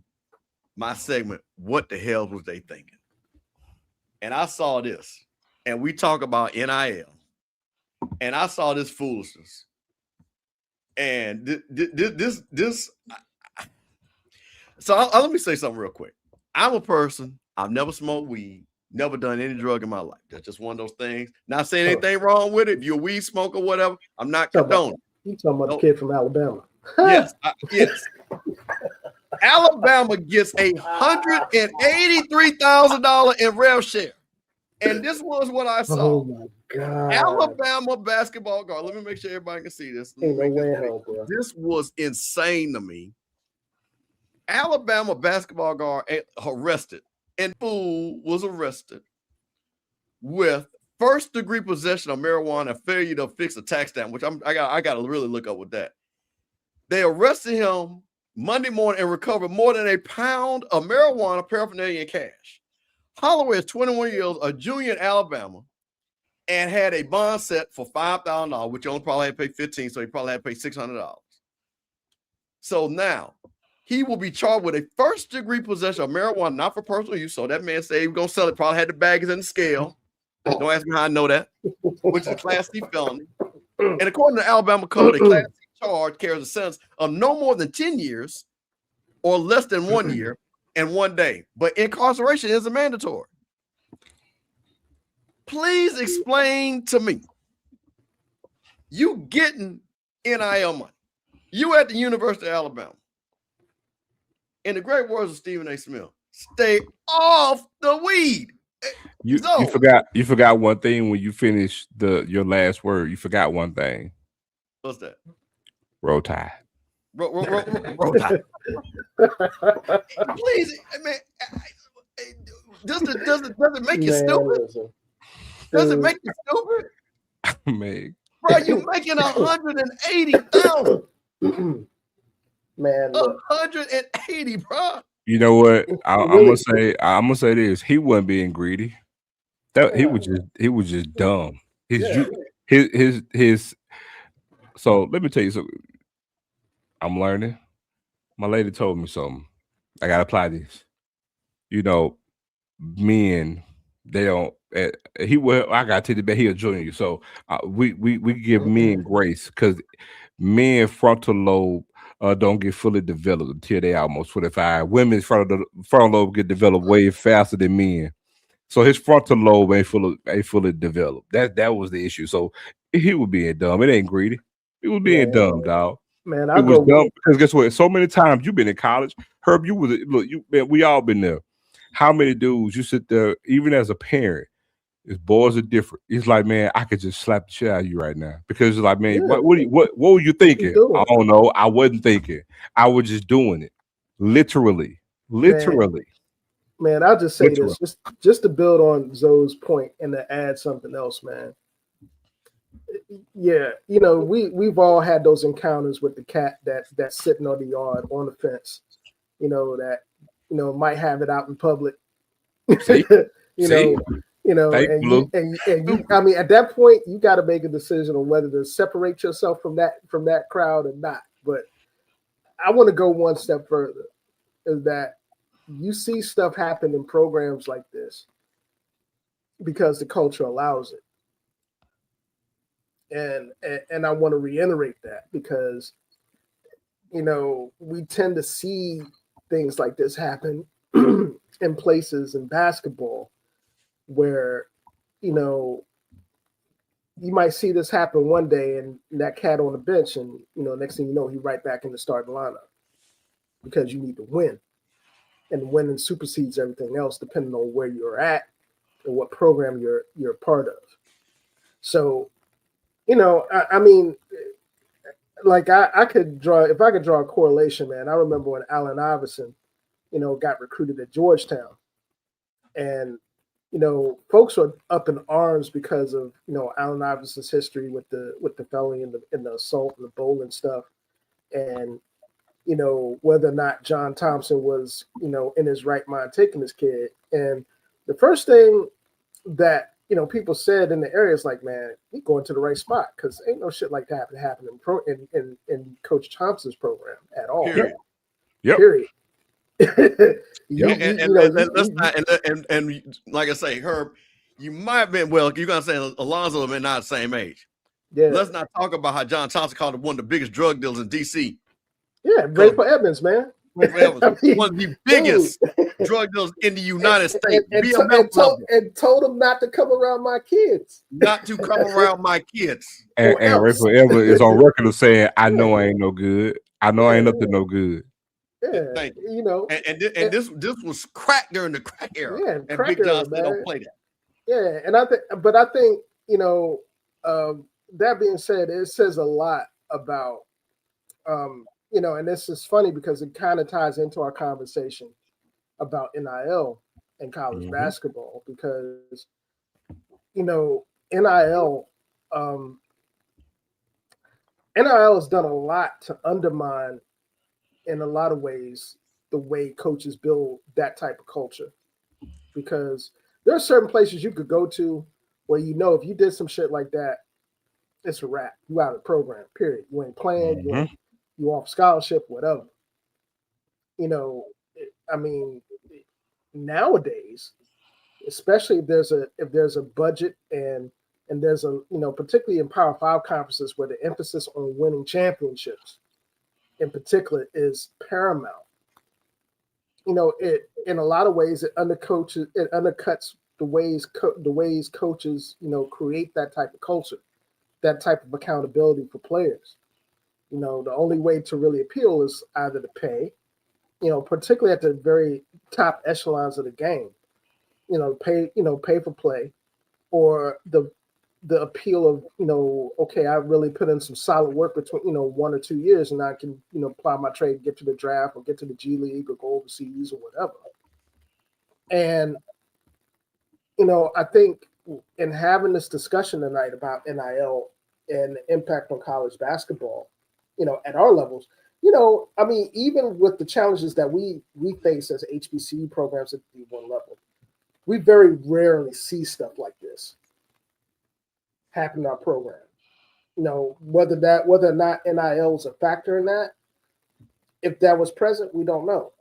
But we do see it, you know, at places like Alabama. We see it, you know, particularly at schools that have really high-end football and basketball programs. But the culture is more about winning and bringing in more revenue as opposed to developing actual basketball culture. You know what I'm saying? And I mean, I know you guys have seen parallels on the football side of things where, you know, you see, you know, some kid that, has his multi-million dollar NIL deal, and turns around and does something extremely stupid at a Power 5 program. I don't get it. I'm not gonna belabor this, but I told you the shit make you ignorant. Yeah. That's why they try to tell you don't do it, because that just make you ignorant, man. And I just find this, man, again, we all talking about we poor, we ain't got no money. Man, you all got the money now. It ain't no excuse. It ain't no excuse now. All you got to do is go, as my grandma said, go to white folks school, do what them white folks tell you to do, and you good. It's not that hard. It's not that hard, bro. It is not. You got the money. For we here as it is, man. Well, listen, man. Listen, hey, listen, bro. Hey, I'm serious. For we here it is. For the longest, I remember at one point in time. Remember this argument? You heard it before. I mean, I'd rather smoke than be an alcoholic. I'm like, but one thing about it, you can count the numbers are low for alcoholics who got to drink all day long every day.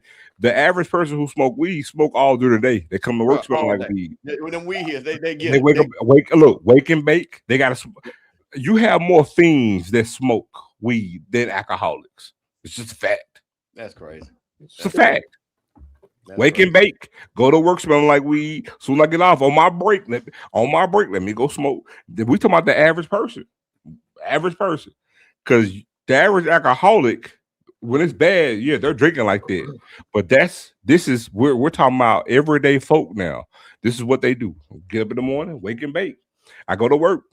I get in my car, blowing in the car, get to work on my break, on my lunch break. Soon as I get off.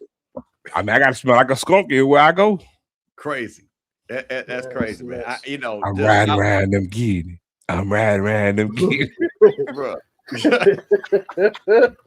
Bro, I just like, man, listen, man. I'm just like, man, ain't nothing else to say about it, but it's just like, man, come on, man. You know what I'm saying, bro? And then again, you put yourself in a position, like you say, you already look. Blue Note inside down there in Alabama, man, bro. They already give you another lifeline. Come on, man. What are we doing? What are we doing, man? So listen, man. We gonna get this thing closed out. Cause like I say, Zoe got to get to work. Got Herb in here, man. Listen, man. Herb, once again, we talked that basketball, man. We really appreciate it. Cause like I say, again, I got to tease Josh. We let you talk over here. You know what I'm saying? Shout out to Josh and HBC United. Boys, I'm joking, man. It's just good love for Herb. We appreciate that. Herb, listen. Here's what we got to do. I'm thinking about this.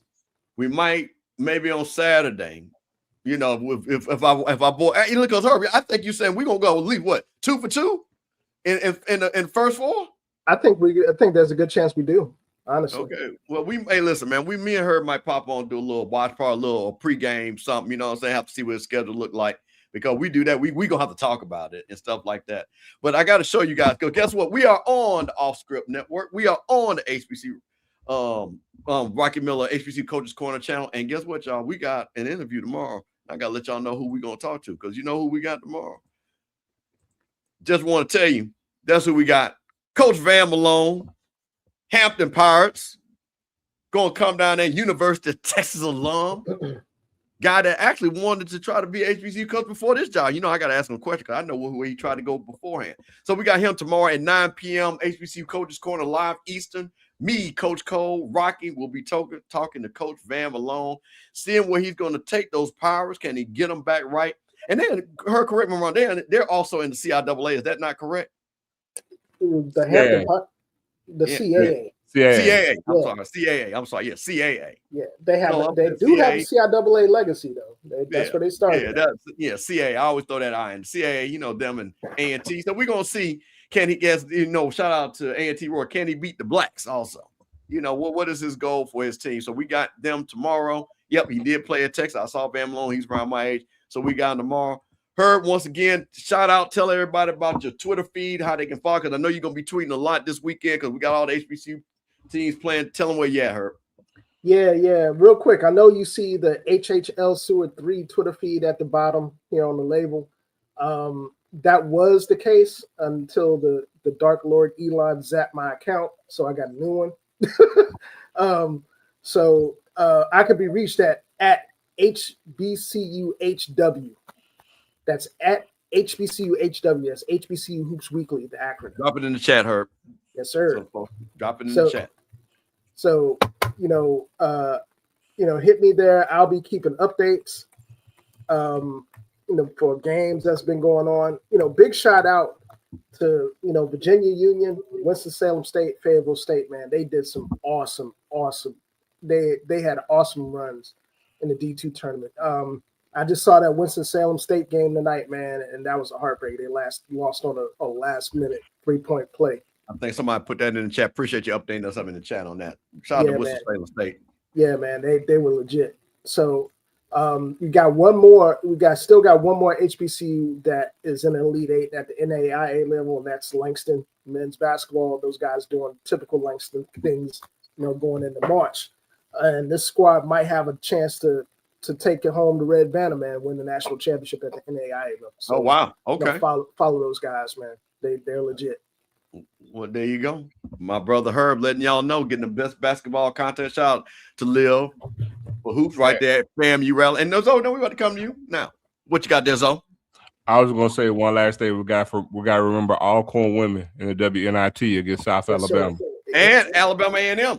And Alabama A&M and Norfolk State. Norfolk State's in there in the women's NIT. So basketball is still going to be played. Shout out to the women. And listen, man, shout out to, like I say, Don Thornton and that crew, because like I say, it was a heartbreaker. I know when you go on that march and you really want to do some damage, because like I say again, because like I say, Herb talked about it, if that could have been a matchup, they could do some damage, but I think they're going to do some damage in the WNIT. So shout out to them for that. Go ahead, Herb. What you got? One last thing, man. There will be an additional tournament for HBCU Division II programs. That's the Black College Invitational Championship. That's going down later. That's going down here probably before the end of the month. So stay tuned on that. I know we're probably going to have a selection show on HBCU Nightly for that. Our network overlord Joshua Sims. I'm about to say shout out Josh. Shout out to Josh, man. They put together, if you went to it last year, they have it on Virginia State University's campus this year. At that facility is one of the better facilities in all of Division II basketball, man. For real, it's nice. The Convocation Center is really, really, really solid. So yeah, just stay tuned for that, man. I know the selection show is going to be coming up. He's going to probably put out announcements for it. And for everybody that follows this show and follows HBCU Hoops Weekly, HBCU Nightly, and all the other platforms that a lot of us are tied into, man, thank you. I just speaking for myself, and I know Mr. Campbell and Zoe and Scotty and a lot of us, that are the beneficiaries of your attention, to following this, following our craft, man. There's no amount of thanks that we can offer that, that measures up, man. We really appreciate it. They well said. So listen, hey man, listen. Me and Zoe will try to be back on Sunday if life don't life again, because it is sipping on Sunday. But we had sipping on Sundays on the Monday. Did a little outspoken, just keep the outspoken Monday going. But Sunday nights is our night, so we can keep that going. And I'm just gonna say one thing, man. I do really appreciate y'all, man. Like I said, we holding down the channel. Shout out to Scotty and Alabama A&M. My boy's still down there working. He's the ops now. Hanging down there, doing a good job, man. And like I say, got the HBCU Coaches Corner again. But here's the thing. I got to leave y'all with this. Perry, of course, texted me when those Jaguars beat the Rattlers, right? Of course, go Jags.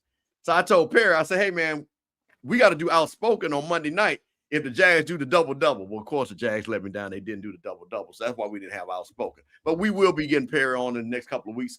Perry got some things to talk about outspoken. We'll keep it going. Me and Zoe are going to hold it down, man. And listen, I'm going to tell you something. We appreciate you all, man. And guess what we want you to do? Keep sipping on Sundays. See y'all later.